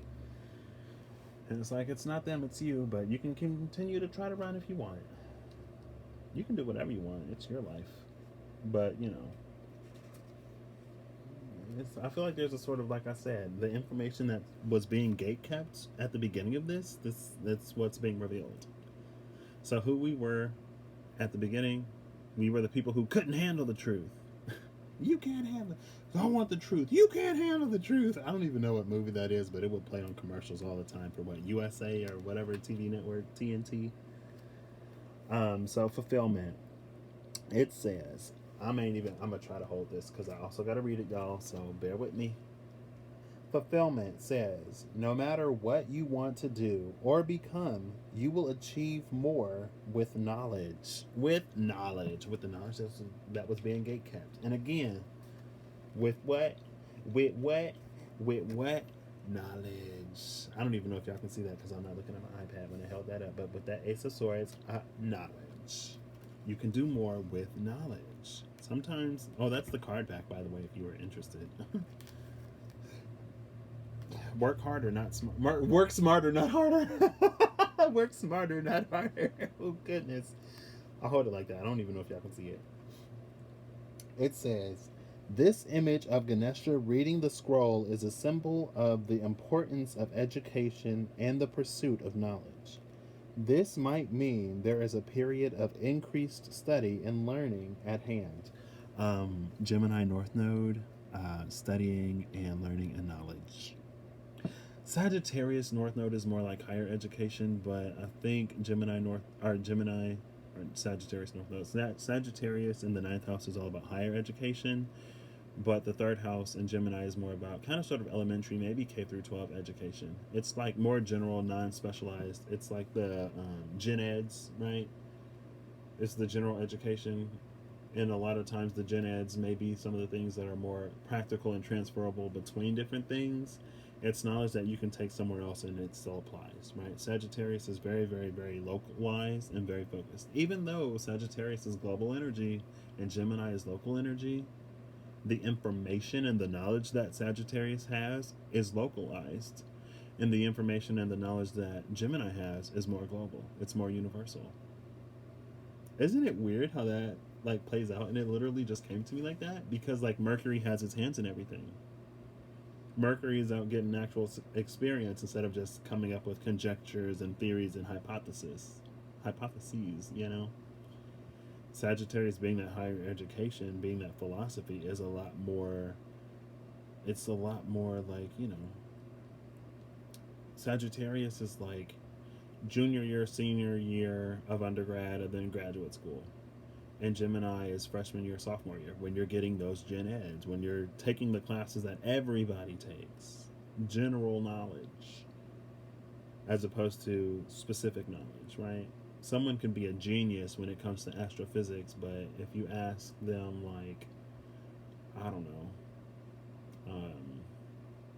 something that's not astrophysics, then you're not going to see them as smart because that's not their area of expertise. So maybe this Gemini North Node is asking us to sort of expand a little bit and to challenge the things. It is asking us to challenge the things that we believe because that's what Sagittarius South Node, Gemini North Node is. Again, shout out to the Leo King. I've been waking up at 4 something in the morning, and for the past 2 days I was like, you know what, I'm up. Let me get a little spiritual snack or whatever. So I watched his Deep Astrology for this week, and I watched some other things before I went back to sleep. I checked my turnip prices, I think. No, I didn't. Because I went to sleep before 8 o'clock. But yeah, it's all about questioning the things that we believe and seeking actual answers through experience, which is why the Inexperienced Fool came out yesterday. Because it's about being experienced, gaining experience. Okay, anyway, continuing. Increased study and learning. You may find that you want to inquire about a field of study that has been widely explored and chose to go on an experienced. What? Hold up. Let me reread this. I'm gonna put this card down. I'm gonna just set it here. If y'all can see it, y'all can see it. If not, you can't. There you go. Because I need both hands for this. Because it casts shadow. Okay. It makes it hard. I can't read in the shadow. Gotta bring it to the light. All right. And I'm going to focus on this. This might mean that there is a period of increased study and learning at hand. You may find you want to inquire about a field of study that has been widely explored and choose to go on an experienced... What? Choose to go to... Okay. Choose to go to an experienced teacher to learn more. Okay. I was like, what? Choose to go on an experienced teacher... Nope, I ain't even going there. Okay. It says, look for someone to consult for more information. This may be a counselor, an author, a psychotherapist, or some spiritual advisor. You will discover new skills from the helpful teacher as they have the wisdom to provide excellent guidance and advice. Keep in mind, there is also a wealth of information at your fingertips and books.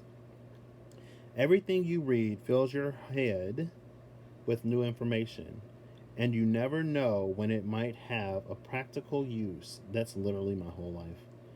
The more knowledge you have, the better equipped you are to tackle any challenge that lies before you. Additionally, knowledge can never be taken from you. No matter what you're longing to do or become, you will benefit from gaining more knowledge.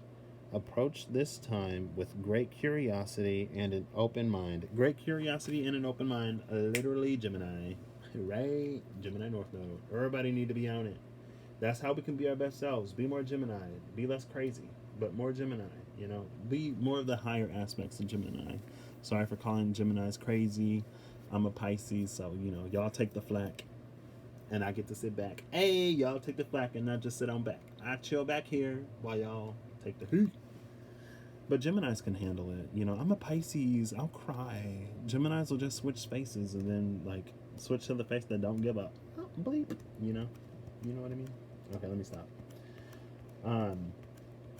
But yeah, it's like Sagittarius is the wise teacher. Gemini is also like being an air sign. It's all about communication and society, right?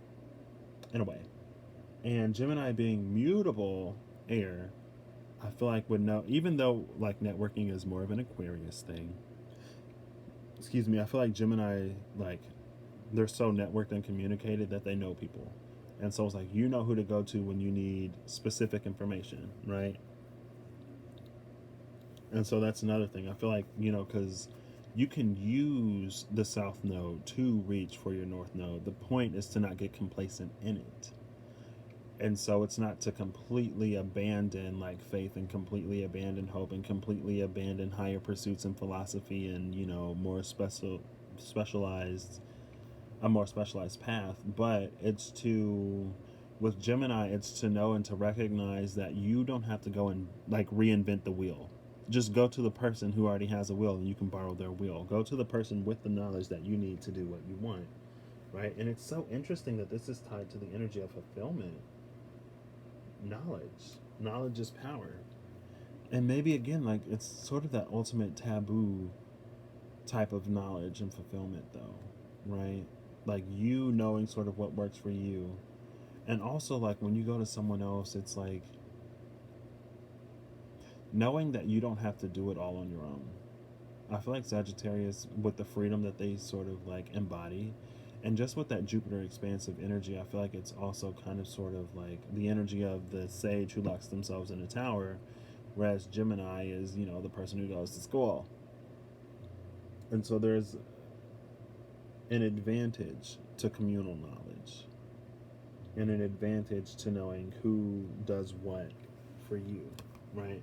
Okay, I've been on that for a minute. This is going to be a little bit longer, but hey, it is what it is. Number 3, how can we best protect and nurture ourselves? So we have this 8 of Wands and the 3 of Cups. I feel like this is all about seeking community. And I know I literally just said sometimes it's not the place, it's you. But the people that you surround yourself with are a reflection of you. Especially the people you choose to surround yourself with, right? But again, I'm feeling this oh wow, this is like a neighborhood block party. This is giving me surprise party vibes. The divine is sending out all of these letters to your loved ones to get them to show up to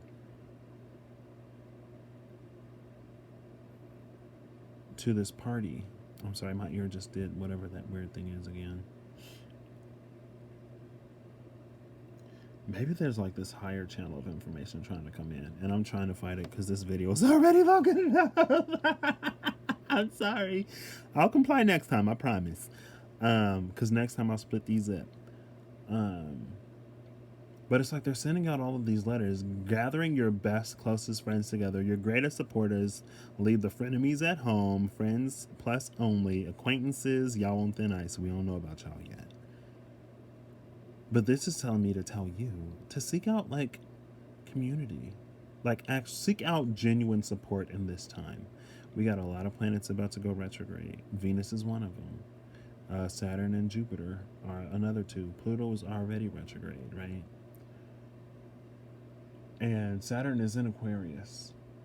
Mars is about to leave Aquarius, and so for a minute, the only energy in Aquarius is going to be in retrograde, and it's going to be Saturn.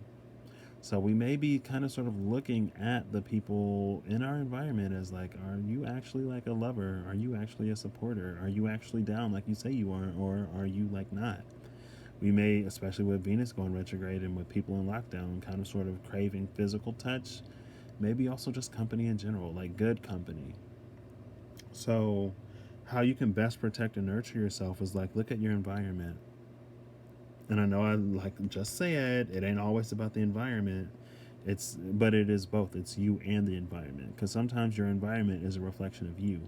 And I feel like the divine is trying to get you to reconnect and reunite with folks who have your best interest at heart, who are like actually down to support and who value you and all of your differences. I feel like these are the people, and it's like you may have this own internal desire to edit yourself to fit in with these people, but I feel like these are like the people who have never asked you themselves to change. They never asked you to be someone else. They never asked you to do things differently, right? These are the people who accept you for you, and that's literally what this Three of Cups is about. It's like at the Pride Parade, right? And so the way to best protect and nurture yourself is to make sure that you're surrounded by a loving community. Then we have the bread of life. We got the bread of life right there. Because that's the way that, like, that's the way you're really going to move forward in the way that you want. There may be something about, when was I talking about? It was this card. Okay, I was like, when was I talking about Aquarius? And, like, also Gemini. It was here, too. So seeking out wise counsel was the advice, right? But also seeking out good company.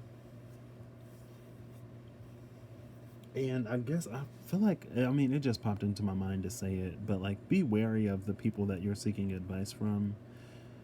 Because it's like, you don't want to go off of Amazon reviews or Yelp reviews when it comes to seeking advice at this time. Because you don't know if someone like paid reviewers. Like my mom just got these things on Amazon, and they have this gift card that you can get if you leave a review, but they review your review first to decide if you get the gift card or not. So it's like, so y'all are like essentially paying people to leave good reviews, which is fine. But it's just to have the knowledge and awareness that, like, that is a thing that happens. And so be knowledgeable of the people that you're working with and seeking knowledge from, and the sources that you're seeking knowledge from, right? Like sometimes Wikipedia can be lit. Sometimes Wikipedia is legit, but Wikipedia is sometimes also open for other people to edit. And so that's when you'll get crazy stuff on Wikipedia. It ain't because Wikipedia is necessarily not a good source all the time, but it's just understanding the fact that that the way Wikipedia operates, it's like open sourced. And if somebody is doing it for poops and hee-hees, right? Because, I don't know if y'all know this or not, but I personally don't use PG-13 plus language. And it's not that I judge people who do, it's just the way that I was raised. And for some reason, it always stuck with me. So, for poops and ha-has and hee-hees, right? For laughs. They do it for laughs. And it's like, okay. It's funny, like, if, like, I don't know, you edit something, but then at the same time, when people actually got to write a paper, it's not convenient. I need to keep these shorter because I actually have work I need to do myself, speaking of writing papers. Not that I have any papers to write, I got stuff to code. Basically in a programming class. Basically. But I'm kind of sort of good at coding, low-key. I found that out, and I actually really, really, really enjoy it. Maybe it's the Saturn and Aquarius in my chart. Maybe it's the... Anyway, I'm just continue. Um, but it's like this energy of like you're building your life from the ground up, and the people that you have involved with it affect the kind of sort of manifestation of it. With that, now let's see what Lord Ganesh got to say. Ooh, we have achievement number 42. I love that. Coming off of the Ace of Pentacles. Achievement. Ooh. I actually saw this card. Oh, I have a second one. That was to protect. So this is what we're protecting. That's to protect. This is to nurture. I just remembered. I'm glad I came up with that little thing. N comes before P. To nurture it, the angel. To protect it, the bread of life. Ace of Pentacles, to protect it. To build it. You got to build it to protect it. You have to utilize it to protect it. If you don't use it, you'll lose it. And this may be untapped resources. And that's why maybe the divine is going to kind of sort of try to bring them back, or the divine is going to tell you to go back to these untapped resources. Only people who you know are absolutely 100% down. I mean, I guess you can have questions about it because, you know, it's all a journey anyway. But there's also a sort of patience with both of these. There's a time thing, right? Because the angel temperance is all about, you know, timing. The Ace of Pentacles is the suit of earth. And so, you know, Ace of Pentacles ain't going to necessarily be like, oh, you won the lottery. Ace of Pentacles might be, here's an idea that will become a great, like, business success one day. And so then you go through the process of gathering a team of people you trust. Maybe you get a board of trustees. You get investors. You get this and you get that. And then, you know, you spend some time. And then, you know, 5 years later, your business starts to, you know, you get out of the black. Is that what they call it? You get out of the black where you eventually start making money. And then later on down the line, then, you know, it picks up a little bit more. You know, you get to, maybe if you're working another job at the same time, you get to quit that job, or you get to pour more into it. You hit the spirit of expansion, and then even further down the line, boom, you hit that 10 of Pentacles, money beyond money beyond money. But it took time to really see it through. And so with this achievement, I feel like this is, you know, have the dedication to see this through is what I'm getting. And also be wary of who you're working with. Because if you plant good seeds in bad earth, yeah, it ain't gonna grow. It ain't gonna grow. So let's see. Let's get back to the wisdom of Lord Ganesha, number 42. What is 42? Yoji? Yonjuni? No, why don't I know how to? Ichi ni san yongo roku. Nana hachi kyu ju. Juichi juni. Niju. Sanju. Yonju? Yonju. Sanju. Goju ichi. Anyway, I'm sorry. For some reason, like, Yonjuni does not sound right to me. Shiji? No, Shiji. Shichi. Shichi. Hachi. There are two words for 4 in Japanese. It's either shi or yon. Shiji is like 7 o'clock. Yoji is like 4 o'clock. Ju, Yonju, Yoju, Shiju. I don't know. I'm sorry. I'm like, how do I say 40 in Japanese? How do you say 40 in Japanese? I wonder if Siri knows. Okay. Oh, right here. Great. So, achievement number 42. It says, you are surrounded by abundance and prosperity, luxury and quality, prestige and sophistication, value and elegance. Girl, wait, hold on. I gotta read that again. You are surrounded by abundance and prosperity, luxury and quality, prestige and sophistication, value and elegance. Okay, it was a bunch of things paired together. I don't know if y'all can see. The Oxford comma is alive. The sentence structure is just something that I would write. Or that's the way I would structure that sentence. And then later be like, what? Let me reread that. Let me look at how I use this punctuation. Abundance and prosperity, luxury and quality, prestige and sophistication, value and elegance. You are surrounded by it. Sometimes you just got to realize that you are.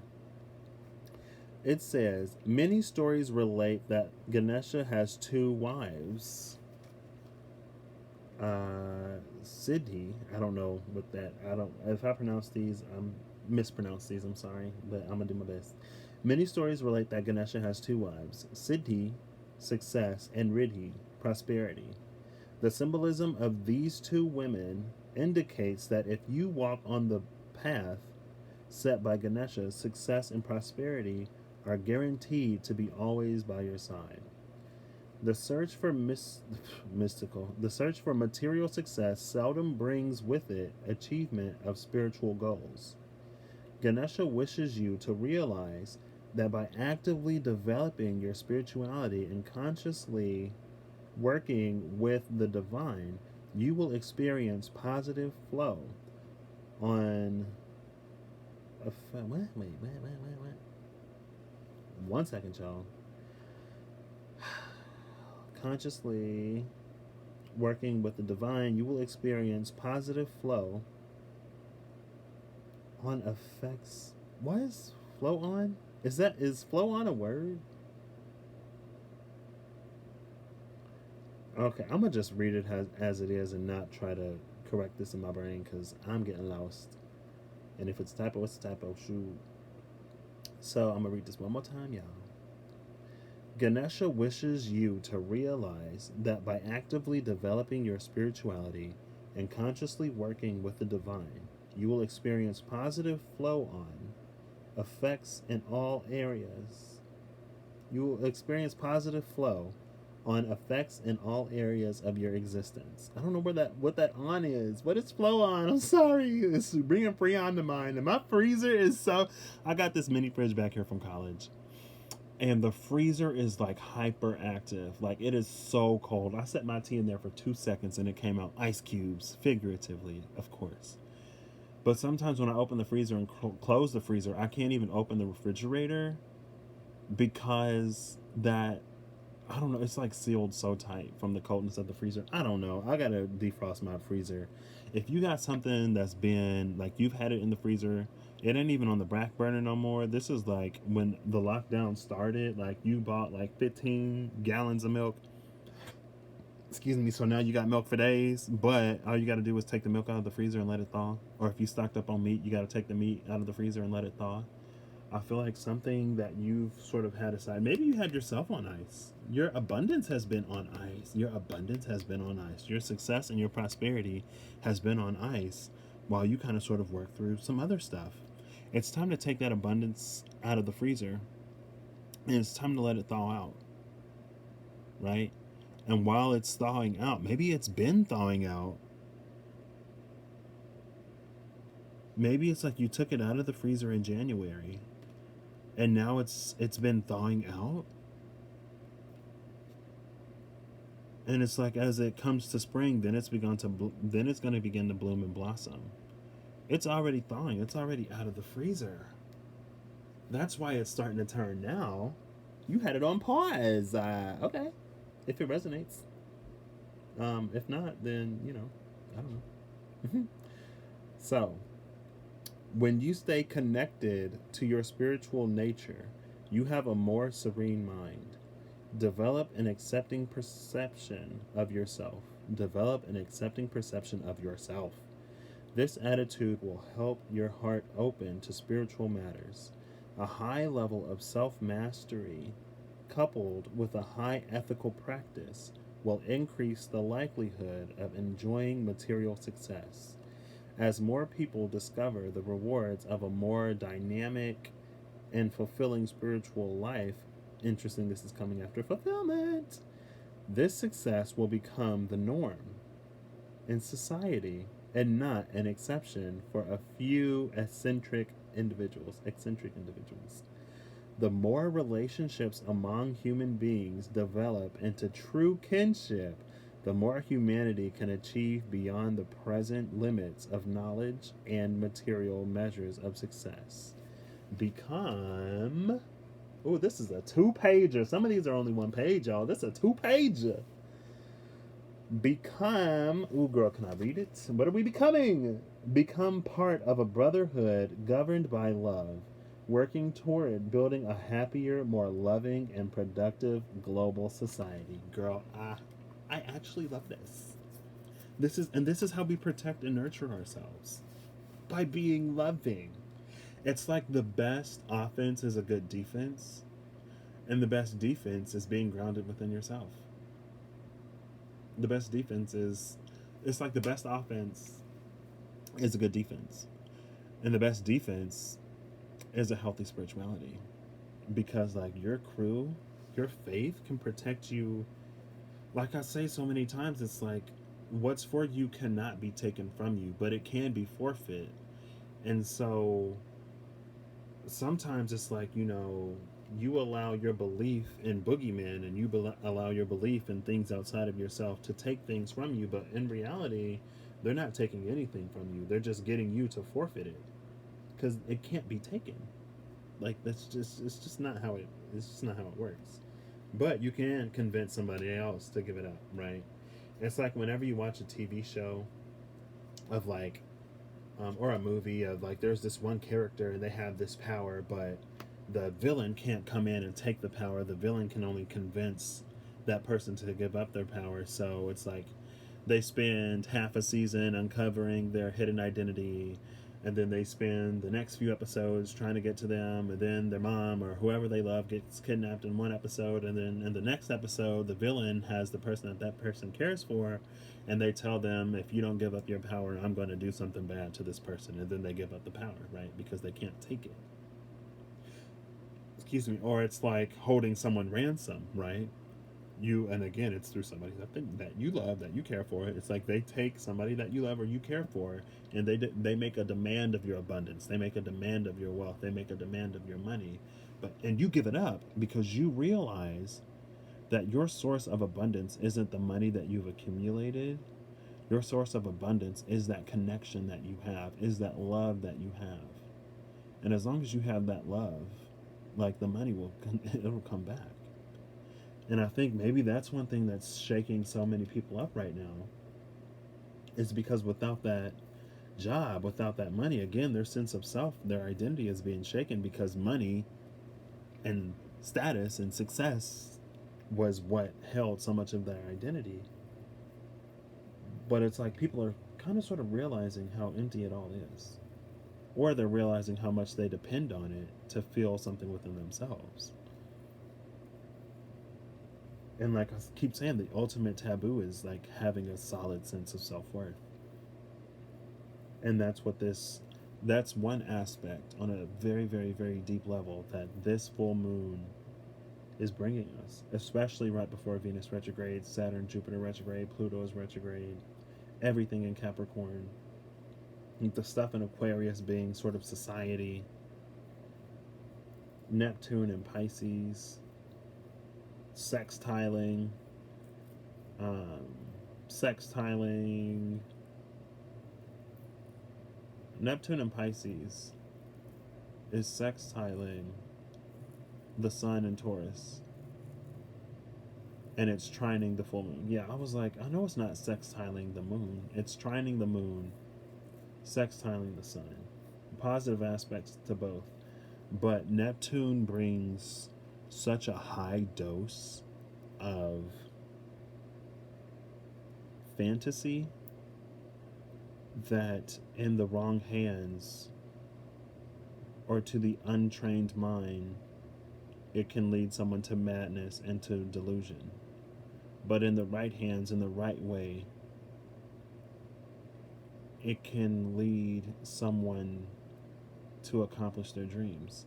And honestly, with Mercury, the Sun, and Uranus being in Taurus right now, Taurus being the house of worth and the house of value, especially material value, I feel like Uranus and Taurus, even though they're not in a direct sextile, I don't know if they'll move into one, because I don't know how fast Uranus is as compared to Neptune.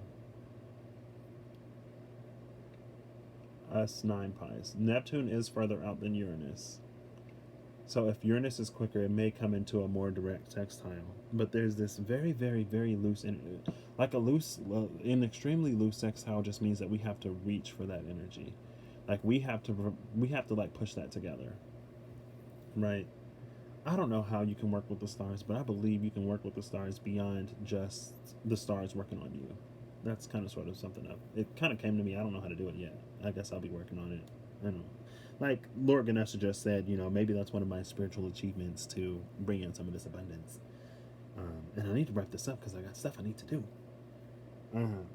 But I don't want to cheat this either. What was I saying? It's almost like Uranus and Taurus, especially with the aspect that it had to Saturn when it was trining it. What was that, the new moon?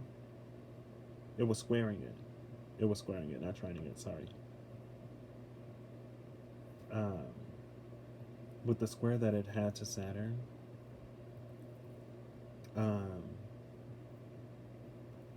it's like Uranus and Taurus is going to be giving Neptune and Pisces, and it's like it's in the third decan, right? So what's that? The Scorpio decan of Pisces. Oh my gosh, that's intense. We got the moon sitting in the Pisces decan of Scorpio when this happens, because it's going to be the second decan. And then we have Neptune sitting on the cusp of that Scorpio decan of Pisces. So that's very intense, but I feel like Uranus and Taurus is almost going to be giving it, it's like giving it a direction. It's making it a little bit easier to manage, because everything is so mutable right now. And it's like,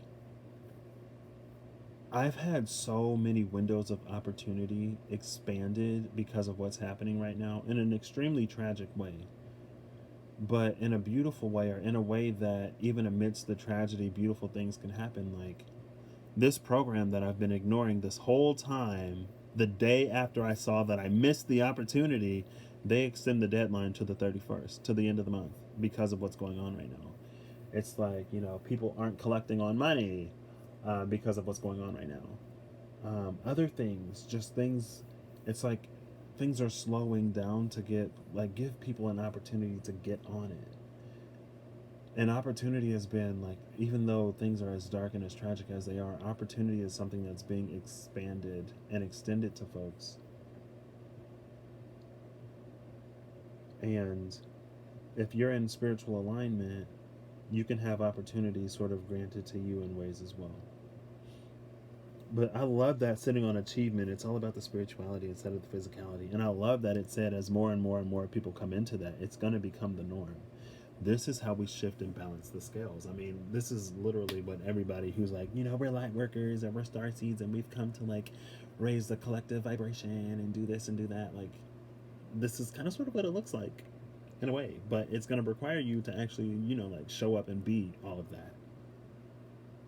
And it's like one of those, I feel like Starseed Lightworker, it's one of those titles where it's like, okay, that's your title, but what do you actually do? It's like, whenever someone has a job or there's a government official who has this title and you're like impressed, but then you're like, wait, like, what is that? Like, what do you actually do though? Like, what does that mean? And they're like, what do you mean? What does it mean? Like, this is my title. And it's like, okay, but like, what do you do? It's like, what do you mean? What do? I do whatever my title says I do. It's like, okay, so, but like, what is that? It's like very much that energy. But anyway, continuing, moving forward. How long is this? This is going to be like 2 hours. What will we learn? So, balance and peace, girl. Just like Lord Ganesha just said, balance and peace. And we creating these communities, But balance and peace, that's what we're going. Balance and peace that leads to the fulfillment that we actually desire, No heartache, no battles, no wars, just peace. What is this? Ooh, the Queen of Swords. Where the King of Swords at? He up here. Oh my gosh. These are the same. Are these not the same? I believe these are the same. What will I learn? Number 4. What will I learn? King of Swords. Queen of Swords. What am I supposed to have learned? King of Swords. This is the masculine side of the mind. This is the feminine side of the mind. What does that mean? The feminine is the shadow. The masculine is the light. The sun is right here. This is what we're, again, with this world card, and I love that the world is like also here. We're shifting out of the world, where we're creating this new world in the sun, right? With this knowledge, more intentional. Anyway, Archangel of Glory, the grace that we're supposed to have as we move forward, the beauty that we create with that artistry. Yes, come on, we have a royal union on the board, you guys. And this is beautiful. Also, we got the Emperor right here. I don't know where the Empress at. I might check and see what she up to in a minute. Is that the only court card? No, the King of Wands. I might have to see what the Queen of Wands is on to. But I believe so. You know, the swords, it's lining up. And again, that's the information, right? Swords are information. Fulfillment was talking about information. Achievement was talking about spirituality in that fulfillment, in that information. This is spiritual information that is finally going to be serving a purpose. So for all the people who have loved and lighted their way this far, I feel like that love and that light is about to pour out. Anyway, I'm sorry. Let me continue. That just made me really excited. And this brings the Hierophant to mind, because in the Wild Unknown, the Hierophant is a crow, and this is a dark bird. It may not necessarily be a crow, but it's going to be crow vibes. And then we got the king and the queen here. The queen is black and white, and the king got some color. So again, she's handling her own shadow. Like, what we need to learn, I feel like we've seen the shadow of the world. We've seen it externalized. Now it's time to see how it's playing a role in our own lives. Right? As we seek, or as we pray for peace without, it's going to be important for us to establish peace within. And this Queen of Swords is exactly what does that. She's the one who logically comes in and puts everything into place. And the logic over the emotion in this is like, the logic is realizing that it's all valid. But it's like if somebody, this is a story that just came to mind, because the Three of Swords isn't here, but I just gotta, well, the Five of Swords is here and the Four of Swords is there, so we might as well put the Three of Swords here, call it past, present, future. It's like, oh, what was I about to say? Three of Swords.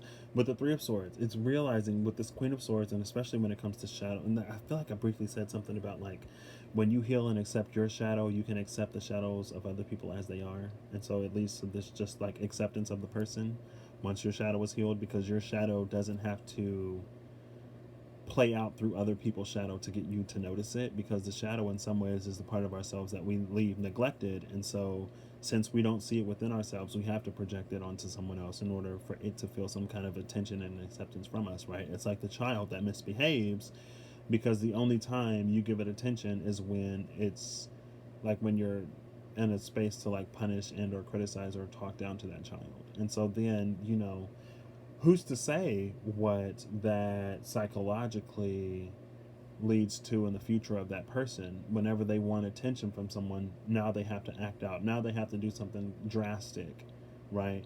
Now they have to make you upset because they're wanting attention.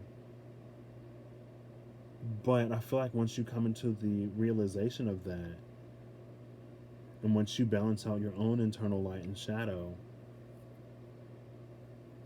there's this healing element. There's like this very like temperance kind of sort of energy, especially with this Two of Pentacles. But the temperance is a 5, interestingly enough, right? Well, it is interesting because 5s are all about change, and temperance is about alchemy. But a lot of the 5s bring change in a way that is very disruptive, or in a way that we don't like. And I believe I have the 5 of Swords and the 5 of Wands on the board. The 5 of Wands is over here under the Emperor, isn't it? Yep, right there between the 10 of Swords and the 2 of Swords. But it's like, it brings this chaos on the outside because we are the alchemists. And so when we want the good, we have to make the good happen out of the bad, right? Where am I going with this? So the Queen has accepted her own shadow. The feeling I get here is like, it's like there's this Three of Swords. It's like when you can heal your own shadow, it's like you don't blame someone else for playing the role that they played in your life. There's this space of acceptance where you come to accept it. And you come to accept that they do the things that they do because of the lack and the deficiency that they have in their own lives. And I was going to go somewhere a little bit deeper with this, but I went on too many tangents along the way and I kind of got lost. Sorry, I'm a Pisces. My Mercury is in Pisces in the 12th house. And so I roam these corridors trying to get you to see where I'm coming from, and then I get lost. It's like, well, it's the 12th house. It's big. We get lost sometimes, but we'll be okay. Oh, there's the devil right there. The devil and the dark horse for what we're supposed to learn. Like I was saying, watch Queen Cup, and I'm gonna probably link that video again. Queen Cup did a video on shadow work a long time ago, and she put things to words that I didn't even know how to put to words myself. But she said that when you reclaim your shadow from the devil, you have to retrain your shadow. And also, was it the Pisces video that she just did or the Gemini video she just did? I don't remember. But it was like, you need your shadow because your shadow can show you the shadows of other people, and your shadow can show you the shadows of other things. And it's almost like that. Oh, I know who this is. I know who that is. I used to work with this person. I know them, right? In that kind of sort of way. But it's like reclaiming the parts of you that the devil have stolen. Also, at the same time, this is accepting the darker parts of you. Again, the Queen of Swords. The queens are related to the shadows. Shout out to Mystic Witch Tarot, I believe. I literally just found her. Literally just found Opal Oracle yesterday. And I'm like, yes, I feel like I'm starting to find the readers that I wanted to find. These are the people I was asking for, and now they're showing up. Thank you. Anyway, I only watched 2 of Opal Oracle's videos, but I love her. Already. I only watched 3 of Mystic Witch Tarot's videos, and I love her too. It doesn't take me long sometimes. It doesn't take me long to find the people that I know I'm going to resonate with. And I've kind of sort of always had that ability. Because it's partly I'm naturally attracted to the people who will do that in my life. And when I find those people, it's I have this ability to recognize it. And so sometimes it's I don't know why I'm going to love you, but I already do. And I know that the why is going to happen later. Also, at the same time, there's just some people that I know I just naturally don't vibe with. And I do have some Scorpio in my chart. So I try not to go full Scorpio mode and be I already don't like you. I already don't like your vibe. And I'm not going to be convinced. Fixed water, right? I'm mutable water. So I know you and I got your vibe. I'm going to give you a chance to prove me wrong. I don't know if I've necessarily been wrong frequently. But, I still give chances. Even if I love somebody, I'm going to give you a chance to prove me wrong too. Because, I could be wrong. I admit that. But anyway, there's this element of healing the shadow. It's the things, yes, so you saw the problems reflected in the outside world. And so in the past, what we've learned up until this point is what doesn't work on the outside. Now we're learning what doesn't work in our own lives, in our personal lives or in our inner circles. And we're learning the peace that we want to sort of create. So the 2 of Pentacles will be the world. We're choosing one world over the other. The Sun would be this 4 of Swords, which is just that ability to sit back, relax, chill, not have any worries. It's a revitalizing, revivifying. The Sun brings a vitality. The 4 of Swords brings a revitalization, and it's a recuperation, right? But too much time out in the sun, you get burnt. And then we have the King of Swords realizing the shadows and what needs to be cut out outside of ourselves, related to logistics, related to the more analytical side of structure, whereas Earth would be the more practical side of structure, right? So the idea, Earth is the execution, air is the idea. The idea may be sound, but the execution may be off. And the execution may be sound, but the kind of sort of guiding principles are behind it. And that's kind of sort of a happy accident. I accidentally invented, potato chips when I was trying to make a French fry. Or something, or vice versa, you know what I mean? Trying to make a French fry, I sliced it too thin, boom, potato chips. I actually made chips because I actually 100% made chips because I still have potatoes and I tried to make fries, but my potatoes ain't big enough to give me that square cut shape. And I slice things really thin when I cut, so sorry. Um, and so I accidentally made potato chips when I was trying to make fries, and I was like, wow, these are like still actually pretty good. And I love paprika. I love paprika. Anyway, moving forward. I've been on a red chili pepper flake obsession lately. Love red chili pepper flakes too. Love them. Anyway, moving on. Um, Happy accidents. Anyway, so this is all about us going within ourselves and taking our shadow back from the devil. Again, I keep going back to the ultimate taboo is like being satisfied in yourself because that's Capricorn energy. Capricorn energy, devil energy can be advantageous, but it's just like it knows what sells. And so it knows that like sometimes you have to create problems to sell a solution. Or if you have a solution, it's like whenever you take a business idea to an investor, they're going to ask you to prove that there's a market, right? And if you have a solution to something that's not a problem, like people aren't going to pay for the solution when they don't have the problem. So devil energy, Capricorn energy, and its shadow will come in and it will create problems to get you to see the solution. Now, a force, an entity that knows how devil energy works could send you a devil to get you to come up with a solution. Cough, cough, the story of Job, right?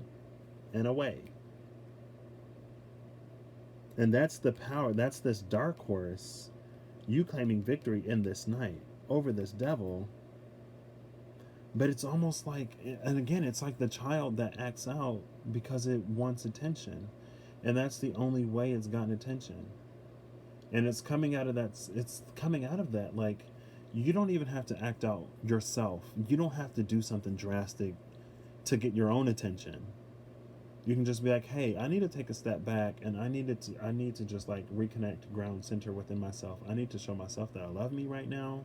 And if that means I got to pull back from other people, hey, that means I got to pull back from other people right now because I'm also people and I got to show me that I love me just as much, if not more, than I love y'all. Because if I don't love myself more, I can't be there for y'all to show y'all that I love y'all in the way that I want to show y'all that I love y'all, right? I have to be the best me so that I can be the best me for you too, right? I got to be the best me for everybody involved.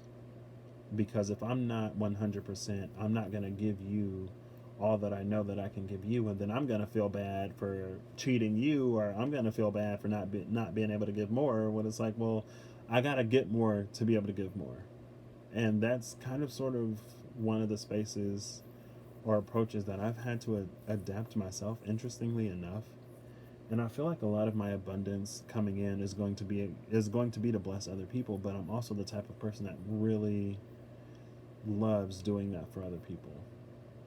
Maybe it's because of some sense of like worth of like, in order for me to feel worthy, I feel like I gotta give to other people. But like if that's if that's the root cause, it's one thing. Understanding that, it's one thing, but it doesn't change the fact that, helping other people and being kind and compassionate isn't a bad thing. Right? Whatever it takes to get you there sometimes is what it takes to get you there. As long as the ultimate goal is to do that, right? Now, if it's some shadow ulterior motive, that's in the shadow, that's the shadow's business. But the shadow and the light play together. So if that's the role that the shadow has to play in order for it to cooperate with the light, then hello, that's the sort of agreement that they worked out. It's not always a bad thing. That's why you're learning to understand that shadow and you're reclaiming it and you're getting it to work for you to get you into these spaces that you want to get into. Right here, that's what this Five of Swords is. Conquering your own internal shadows. And then I took him long enough to figure it out. And then the other dude was like, yeah, like I was beginning to think he would never get it. And then like, okay, so when did we get to work with the light? Because, we was in the dark for long enough and we ready to be useful too. And then you're like, aha, I found it. Like, look at the black. You see the black? Now look at the white. Integration. That's what we're learning now. We see what needs to happen in the outside world, but we also got to do it within ourselves. Oh, if Lord Ganesha come out with some integration. I'm sorry. I talked a whole bunch. There was some stuff I didn't say. Fill in the blanks. Okay. First of all, We have this 42 achievement. Can y'all see that 42? I don't know if y'all can see that 42. I can't see the 42, but yeah, I can see it now. Now we have 24. We go from 42 to 24. Let me make sure. Yep, we go from 42 to 24. And wait till y'all see what the message on this 24 is. See the 42 achievement, 24 wholeness. I was like, if I see integration, I'm gonna lose my mind. We get wholeness, which is what is wholeness? Oh my gosh. I knew as soon as I saw him pull out these cards, as soon as I heard Ganesha, I was like, I gotta have it. And what's interesting, like when I first, because everything is slowed right now with Amazon, so it was like a long time ago when I was gonna order these, and the delivery date was like Tuesday, May 12th, and it was still April something. I'm like, I gotta wait that long to get these cards. You know what? That's a sign I don't need them. And then I ended up breaking down and buying them like last week, and they arrived today. Hold on, wait. It was Tuesday, May 2nd. How May 2nd and on a Tuesday, so I guess it was Tuesday, May 5th. I remember it was a Tuesday. So the delivery date was yesterday. And I was like, what, I'm gonna have to wait that long? I don't wanna wait that long. Like, that's dumb. Like, why would I do that? Hello? No, actually I take that back. The initial delivery date was Saturday, May 2nd, and then the new one was May 9th. I don't know why I associated it with Tuesday, but anyway, it was supposed to come here Saturday. It came here today. So it came a few days early on a Wednesday. I love that. Anyway, let me go ahead and read that. Let me go ahead and read that wholeness. Oh, I love how it just clarified everything I was just saying. I love that. If you ain't learned that lesson yet, girl, dude, non-binary person, pal, it's time that you learn that lesson. I've been talking about wholeness for a minute now. Now we know why. Now it's being illuminated. Be candid is number 25. I don't know who need to hear. It is essential to express your truth, even at the risk of standing out. I did not. Oh, candid. It said be candid, and I was thinking hide, which is the opposite of being candid. Okay. All right. See, that was my shadow. I'm working it out too. Number 24. Wholeness. Acknowledge the oneness of all life. Recognize that you are part of something larger. You have a connection here with not only this life and physical body, but with the divine and the universe. Ganesha is guiding you to recognize the sacred truth that you are a divine being here to give and receive love. It is time to recognize your role in this life. You are complete and whole as you are. You lack nothing. The simplest way to win hearts is through your actions. Green is representative of the fourth chakra, the heart chakra. The heart chakra is the center where we experience love. When the heart chakra is open, you are able to create a safe and supportive, loving environment. When the heart chakra is clear and in balance, you will find compassion for all life. You may be more empathic. That's it. When your heart chakra is open, you may be more empathic. You may be able to see the divine in other people. You will find you are happy and fulfillment, because you are fulfilling your divine purpose in service to humanity. Achievement. Your sense of self is not limited to the ego. Your consciousness will expand, and you realize that to love others is to love yourself. Exactly what I was just saying. Because we are all one. This card symbolizes peace. You are asked to take a moment and hold the color green in your heart. You may experience a soothing, relaxed feeling that will bring a sense of renewal and self-control. Renewal, rejuvenation, vitalization. If you are in need of healing, breathe deeply and affirm your health and healing. Yes, and that is a synchronicity for me, because shout out to Opal Oracle again, because of what she did. I watched her Pisces and her Taurus videos. The Pisces video, I can't remember the name, but Grandfather's Breath came out, and she said, she mentioned Wakantanka, And she said Wakantanka came out in the Taurus video, and Nagi and Wakantanka came out in the Taurus video, and Nagi was the shadow. It's the parts of us that, or it means ghost, but it's the things that aren't accepted that are forced to wander forever and ever and ever, right? But it can also be our shadow, the parts of ourselves that we don't accept. And she said every 8 days, so on the 8th, the 26th, and the 17th, as well as every Saturday, to honor the part of us that doesn't have any healing. Again, like, you ain't got to necessarily do that. But in the video, she was talking about that. Where was I going? Wankantaka, the grandfather's breath, the healing, the steam lodge, the sweat lodge, the sweat, the breath, smoke, all of that. Anyway, why am I talking about that? Because it mentioned healing. And because it mentioned with the breath is divine. And the breath is the way that we communicate with the divine. And that's why our words are sacred. That's why our words have manifesting ability. That's why our thoughts are also manifesting ability. Because air is the element of communication. Communication with other people and communication with ourselves, within ourselves. Communication with the universe at large through the words that we speak, right? Because our words carry our breath. And so it's had to breathe in the healing that you are seeking. And I love this, like, fulfillment, achievement, wholeness. Right? And being whole within oneself is accepting those parts of ourselves that have never known acceptance. Because it's almost like along the same things, like when we learn to accept those parts of ourselves, we no longer have to do the things that we were conditioned to do to get acceptance from other people. So, Five of Swords, who we will be. We will be integrated, we will be whole, we will be victorious, we will be ourselves when this is over. And all of our truth. Like, this is claiming, I feel like this is a court energy. Even though this is only the Five of Swords. Is that? Oop, look at that downward triangle. Oh, no. Ooh, no, actually. That's Mercury, Venus, Eris. That's the...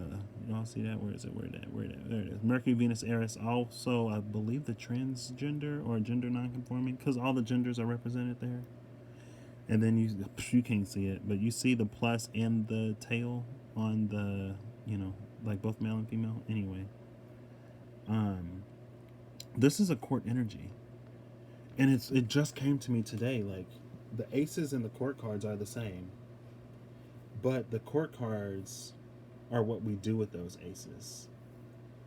And where we are along the journey of putting those aces to use, right?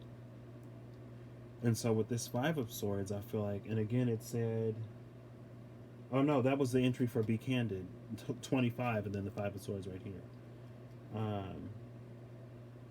I believe Swords is actually the second element in this deck. I think it goes, no, it might be Swords and then Wands and then Cups and then Pentacles. Or is it Wands and then Swords? Does it matter? I don't know. I don't know if it matters. But I will check and see real quick because I thought of it. So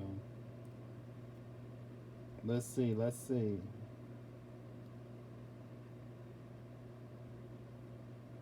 Nope, Swords is the first suit. Sorry. That would be a 15. Well, let's see what number 15 is real quick then. Shoot. What's number 15? Show me what's number 15 in. Y'all got me trying to draw these parallels and trying to draw these lines. Number 15. Oh, that's number 22. Harmony. Can I get to 15, please? There's 18. There's 16. So number 15 is Revelation. Okay. I'm going to read the little tag. So...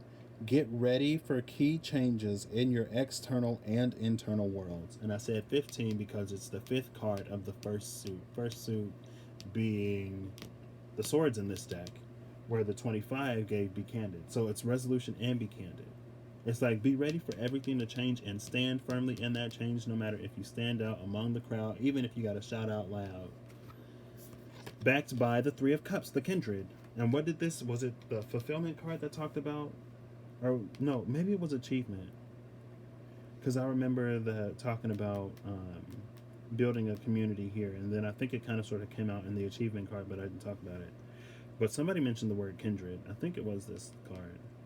We have the kindred, and then we have, it's like once you champion your own power, and like I said about moving to a new neighborhood, it's gonna bring that truth to you. So I'm gonna I Ching around the first card that came out and the last card. Actually, since this was the bottom of the deck, for both of these, since I'm doing it for one, I'm gonna pull the top. So the top of this deck is that Knight of Swords, which is what you're supposed to do. Move forward, champion that truth, stand your ground. I feel like this Knight of Swords is more standing their ground than they are moving. Because, like, look, that horse ain't really going nowhere. But that horse ain't gonna move either. So we got the Knight of Swords and the Seven of Swords, which leads to an Eight of Swords. I feel like the Eight of Swords is the indecision of, like, because I feel like for you to claim your power, you're really going to have to walk away from something, or some relationship is going to have to be rebalanced. Because there's some situation that is keeping you kind of sort of stuck in this, right? And that's probably another reason why this Queen of Swords came out here, like what you're learning now as opposed to what you're supposed to have learned up until this point. At the top of this deck, so I can get my I Ching on, is this, Six of Wands and the Ten of Cups. I don't know if y'all know my story, but the Six of Wands for me is special. The Six of Wands, why do I keep mixing up the suits? Because I'm trying to talk too fast and there's a lot of information coming and sometimes a word gets jumbled. I was talking about Toy Story and I said Andy instead of Woody. Oh my gosh. The Six of Pentacles is a card for me that to me symbolizes my person, because I can give a lot. And I've been given a lot my whole life, and I haven't really received what I've given. And so one of the ways that I am going to know when I find my person is not only what they give me, but it'll also be the way they receive what I give. And when the Six of Pentacles first came out in the Witch's Tarot, all that time ago, before I was even this like deep into the cards, like I didn't know why that card came out. When I was asking like, what is my like soulmate? Because I didn't even know about twin flames at that point. Like when I tell y'all I'm like fresh on like YouTube, like I didn't find out about twin flames until last June maybe, because I didn't start watching any of the videos until like August, really. And the way I found out about twin flames is because other people were saying that twin flames are like bad, and they were saying that twin flames are bad because of the karma that comes with it, and because of the karmic decisions that people make around the people who they call their twins. Not saying that they're not their twins, but if you make karmic decisions around your twin, if you make decisions that are going to bring you more karma, then you're adding karma onto that relationship. And so even though separation is something that is feared, sometimes separation is important just to get two people to stop, or to prevent two people from creating karma where there doesn't need to be karma. It's like someone can highlight the lesson and highlight the healing that you need, but then you go off and you do the healing without them.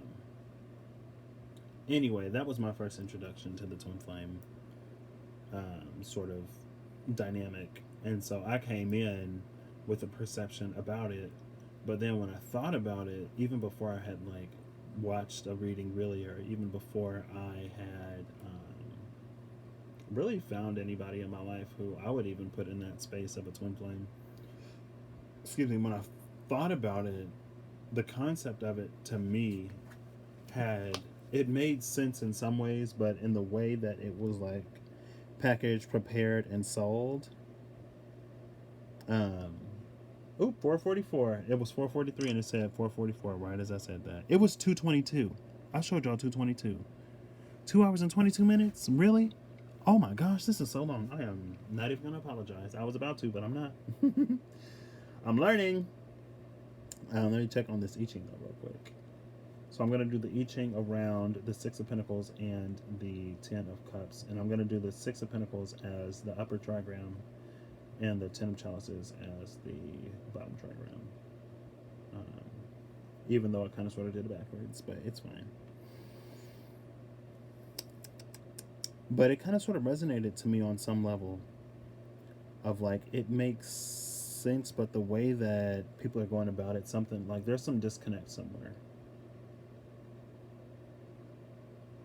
But anyway, that card popped out to me. When it first popped out to me, I didn't know why.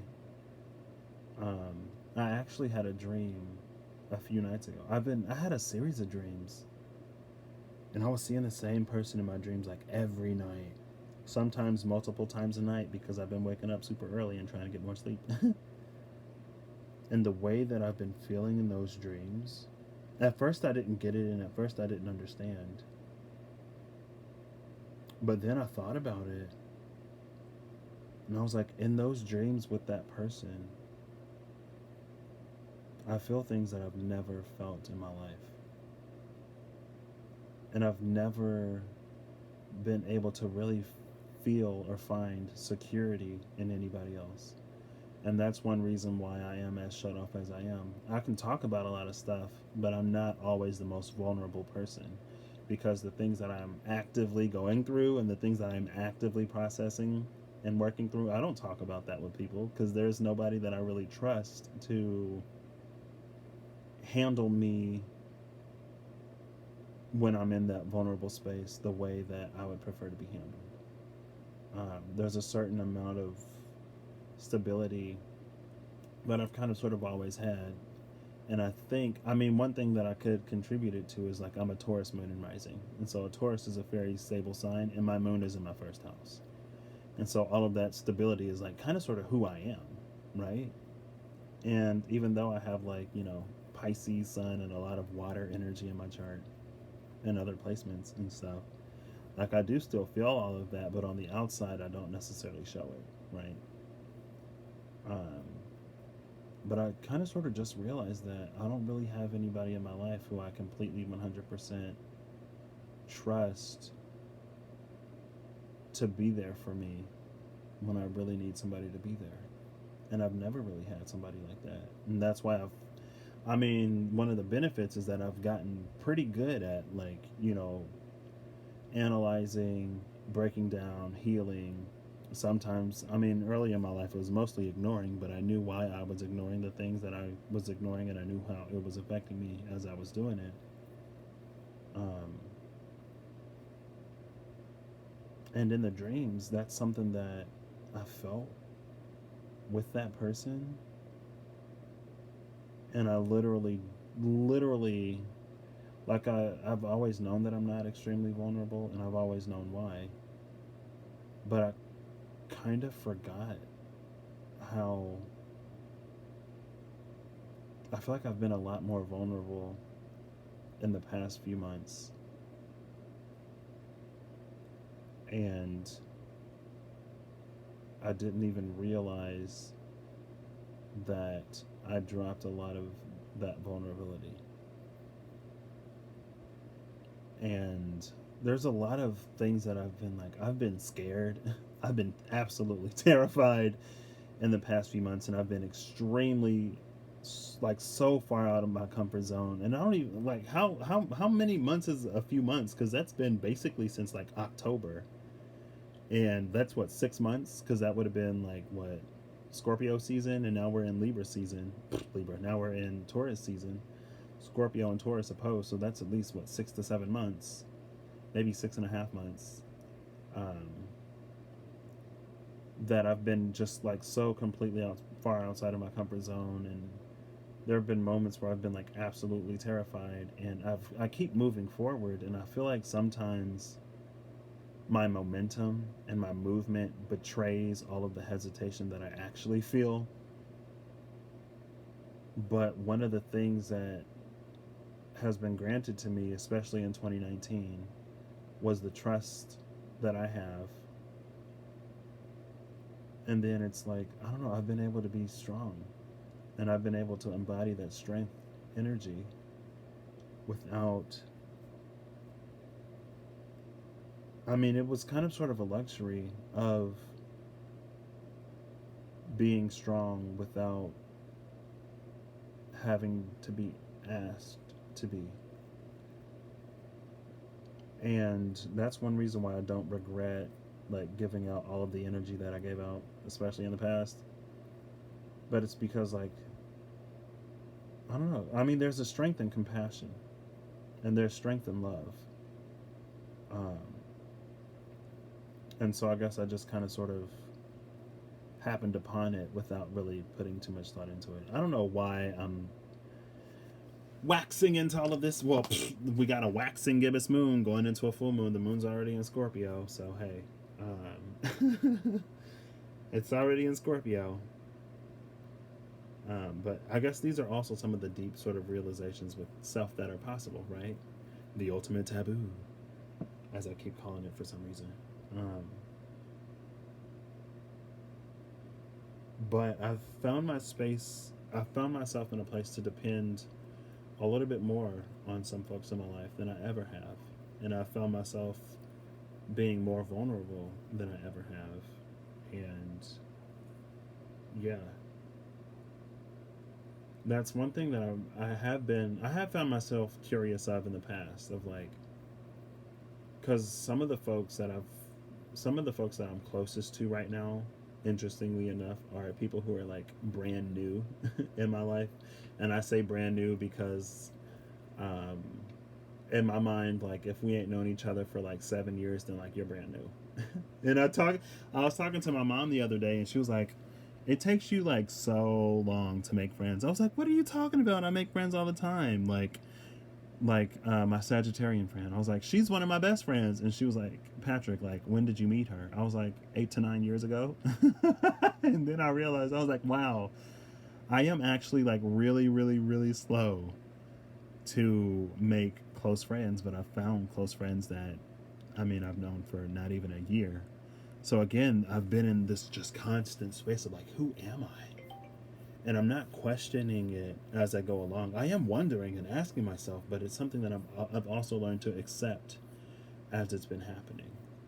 Um, and I don't know why. I guess I'm talking about all this. Maybe someone will know, or maybe it's like maybe there are things that I'm saying for reasons that I don't even know why I'm saying. But if it resonates with somebody, it resonates. Or if I watch this later and I'm like, wow, that like resonates in a way like now. There are sometimes I watch some stuff back and I need to hear myself say things. Like the reason why I started my legacy channel was for me to watch, right? It was like kind of sort of a vlogging channel, but for me to watch those vlogs, for me to see how I grow. And this is kind of like part of that sort of carries over, but there's also a little bit more of an external focus, right? Maybe this will resonate for somebody else. It's just sharing my journey. I've been in a space to share a little bit more, and it's coming off of the vulnerability that I'm feeling, and it's a journey for everybody. Excuse me, but anyway, I just realized the other day that like, wow, the way I feel with this person in these dreams is something that I honestly never thought I would find. And it's also something that I didn't fully realize and recognize. I wasn't like I consciously knew that about myself, but to be in a space to feel something for the first time brings a whole new level of awareness to stuff like that. And I think that's another thing that's kind of sort of going on with this king and this queen of swords. Like, not only are you recognizing your own shadow, but with this queen of swords and with this eight of swords, it's like you didn't know the things that you didn't know. There was certain information that was being withheld from you. And now that all of that stuff is coming to the light, what we're learning is, again, this grace to accept it and this grace to live with it. But also, what we're still learning is the ability to reclaim those parts of ourselves and to move forward. Right? This is a very external knowledge, and this is the internal reflection of it. Like, we saw it all on the outside, and now with Venus, Jupiter, Saturn about to go retrograde after the Scorpio full moon, we're about to learn to integrate that same thing that we're hoping for on the outside. We're about to learn to integrate it within ourselves. Again, the last message from Lord Ganesha was wholeness. And let me get into this I Ching. Let me wrap this up.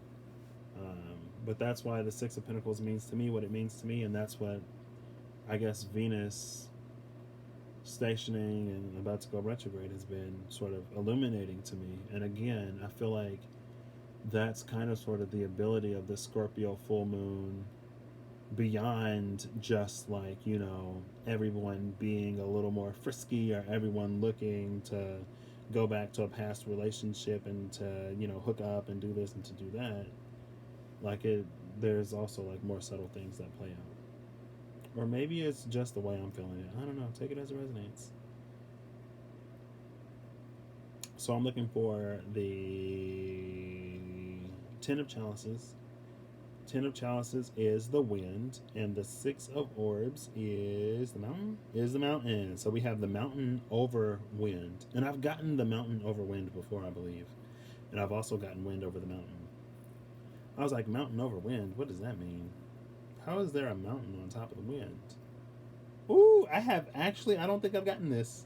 I don't think I've gotten the mountain over wind. I've gotten wind over the mountain before.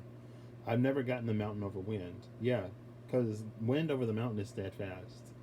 The mountain over wind is decay.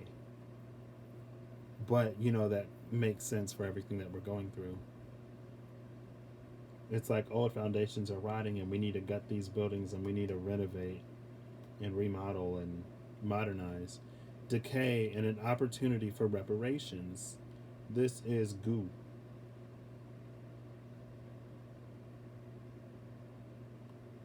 I don't know, anyway. So it says, an infestation results in the decay of matter. Dogma causes degeneration. There has been spoilage and degeneration, so it is critical to take action immediately. The father is not fit to lead. Ooh, and Saturn is about to go in reverse. In reverse. Saturn is about to go in retrograde, and it's about to go back into Capricorn. So that's almost like a good... Ooh, why is my heart doing that? Okay. All right. That was just like two, just like boom, boom. I'm like, whoa.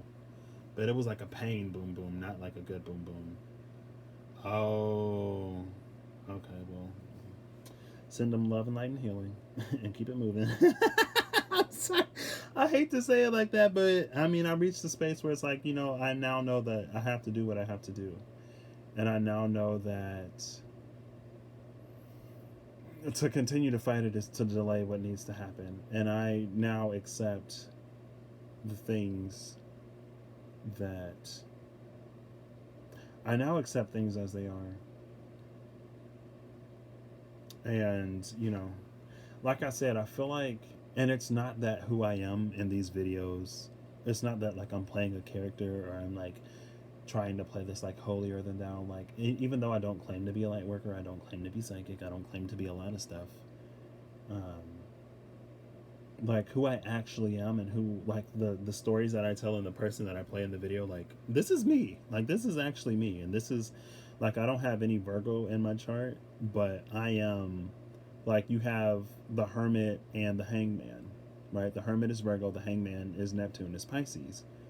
And that's kind of sort of the polarity that they play, right? So even though I don't have the Hermit in my chart, I am still extremely introspective. And I have been, like, all my life. I've always been this way. But it's always been one of the ways that I've found that kind of sort of separates me from other people. And it's almost sometimes the way that I separate myself from other people. Because I always look at my experiences and my interactions deeper. I always look at things outside as... I've always looked at it as a projection and a reflection. And even when I didn't have the vocabulary to say, like, this person is projecting onto me or I'm projecting onto this person, like I said with, like, my Taurus moon and rising, since I like to be in control of my emotions, I always look at how I react to situations instead of what other people do to me. I've always been more reaction focused when within myself than action focused outside of other people. And it's like, why am I reacting like this? And, like, with the childhood that I had, I was extremely reactive. So again, that's something that I had to learn to be to, not get in trouble is a good way to put it. So that's what I learned. So anyway, I'm going to start all over because I don't know where I left off. So again, This is decay and an opportunity for reparations. An infestation results in the decay of matter. Dogma causes degeneration. There has been spoilage and degeneration, so it is critical to take action immediately. The father is not fit to lead. Oh, that's what I was going to say. The successor's son must rise to the occasion. Great obstacles to come. Prevent further atrophy. Strive to be virtuous. Do not go forward if you seek power. Go forward only if you rise with pure heart. Undertake the daunting challenge.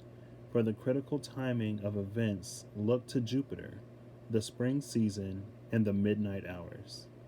I've been waking up super late. Jupiter is about to retrograde, and it's spring right now. We are officially in the heart of spring. Fixed Earth, the middle of spring. I thought The Hunt came out somewhere. And when it said daunting, it reminded me of The Hunt for some reason. Where's the Nine of Swords? I thought the Nine of Swords came out. Oh, yeah, here it is. The Hunt. I don't know. It brought this to mind for some reason. I was like, wait, this might be the same energy. The Four, this is also mountain, but this would not be lake. But it's fluid, so... Actually, that might be lake. That wouldn't be wind. That's probably lake. If that's lake, I'm probably going to read it as an additional message because it came to mind. But when it's talking about, like I was saying, this is like good stepfather energy. Like the father, for whatever reason, wasn't doing whatever. And so the father is not fit to lead. But instead of a stepfather coming in, it's like we're the man of the house now. You know what I mean? It's time to rise up, but to rise up in compassion. And again, it's not like when you move forward, it's not like, oh, this person isn't doing that right and this person isn't doing that right and blah, blah, blah, blah, blah, blah, blah. No, it's moving forward with love and compassion. Like, there is a vacancy here and it needs to be filled. Like, we don't have to paint somebody as the villain for me to come in and do whatever needs to be done. Like, ain't no need for villains. We only need heroes right now because, you know, the villain is the catastrophe that we're facing right now. We don't need extra, you know, doomsday on top of apocalypse, on top of the end of the world, on top of the zombies, on top of the everything else, nuclear. Like, no, like we can face, you know what I mean? We don't need all that extra. We don't need it. So now I'm going to be looking at the Nine of Swords as the lower trigram. Nine of Swords is heaven. It's not lake. So Nine of Swords is heaven, and the Four of Orbs is mountain. So we have mountain over heaven. Mountain over the wind, mountain over heaven. It's time to be practical, y'all. Mountain over heaven is limitation. It's 26. It's 8 more than 18. That's interesting. So I'm going to read limitation as a bonus message, we'll call it. And that was the space of like how the advice for how we can be our best selves. And so maybe we need to recognize and realize our own limitations within ourselves instead of... And was that where I was talking about it ain't the environment that you're in? Because I think it was. I was like, you can move somewhere else and be in the same situation. Realize that you are your limitation, not everybody else. Holding back, imposed limitation, control, and forbearance. This is Da Chu. Da is big or great. I don't know what Chu is. And this ain't like Chu Goku Chu. Because that Chu is like Naka, is the middle.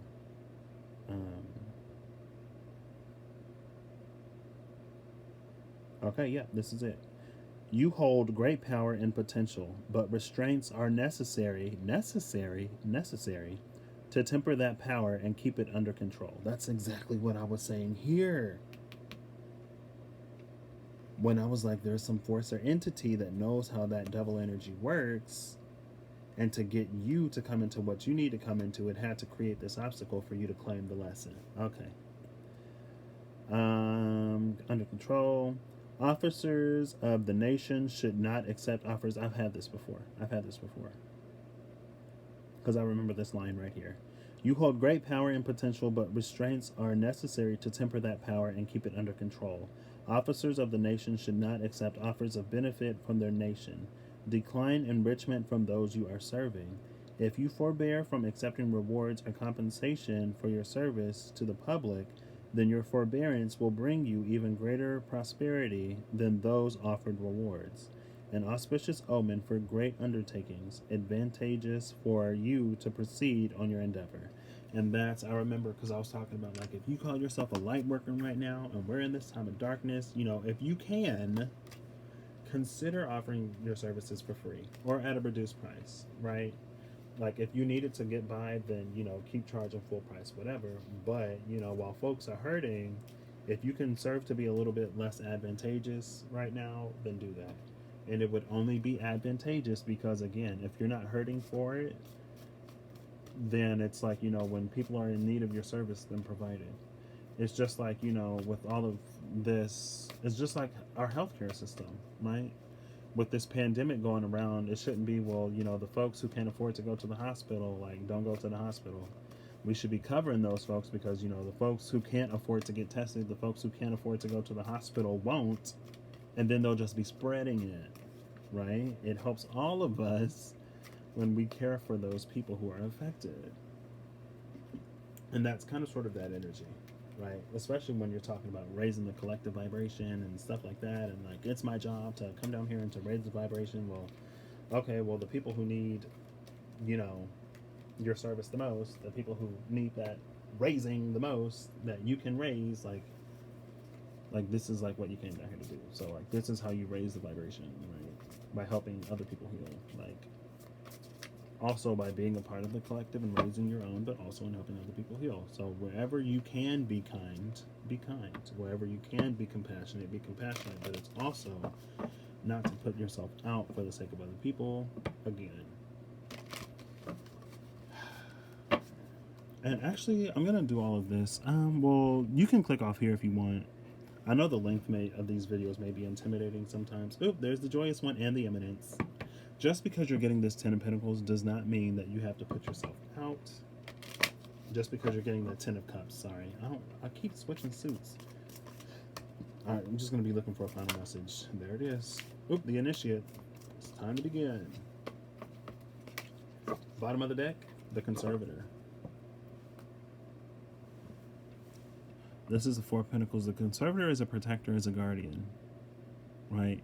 I feel like this is saying, like I was just saying, give what you can afford to give. Like, if you can't afford to do whatever right now because you've gone through whatever you're going through, then that's fine. But it's like, let's let compassion step forward and let's let greed step back. And if you...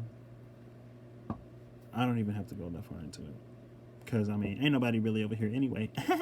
So then we have the Initiate, which is all about beginning. It has begun, is what I just heard. It has begun. But it's in a very, like, dramatic way, right? Like, it has begun. It's like the sirens have been going off. And people were ignoring it because they thought it was a drill. But it's like, no, like, this isn't a drill. It just so happened that, you know, when we test the sirens, this thing... that's something that I think about sometimes. I was like, it would be so unfortunate timing if there was an actual emergency whenever people test sirens. And it's like, maybe somebody thought that the sirens was a test, but this ain't a test. Like, this is the real deal. Oh, maybe that's the message right there. This is not a test. This is the real deal.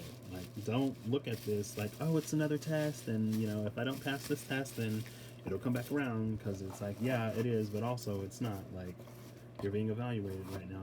You are being critiqued and judged, and, you know, now you're aware that you're being judged, and you can improve your performance if you desire. This is not a drill. Or you can continue the way you are continuing, right? I don't know. I don't know.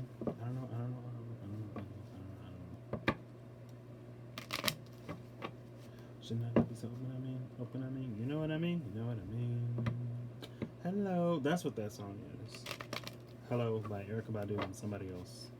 It came up on my Spotify one time. I was like obsessed with Spotify last summer. Oop, that's a whole bunch of cards, but there we go. This came out. This card came out with something else at the cut. And then it came out with the Hermit. And then the Hermit came out with the Empress. I believe.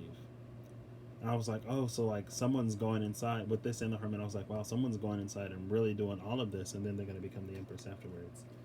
Bottom of the deck is the Wheel of Fortune. The Wheel of Fortune.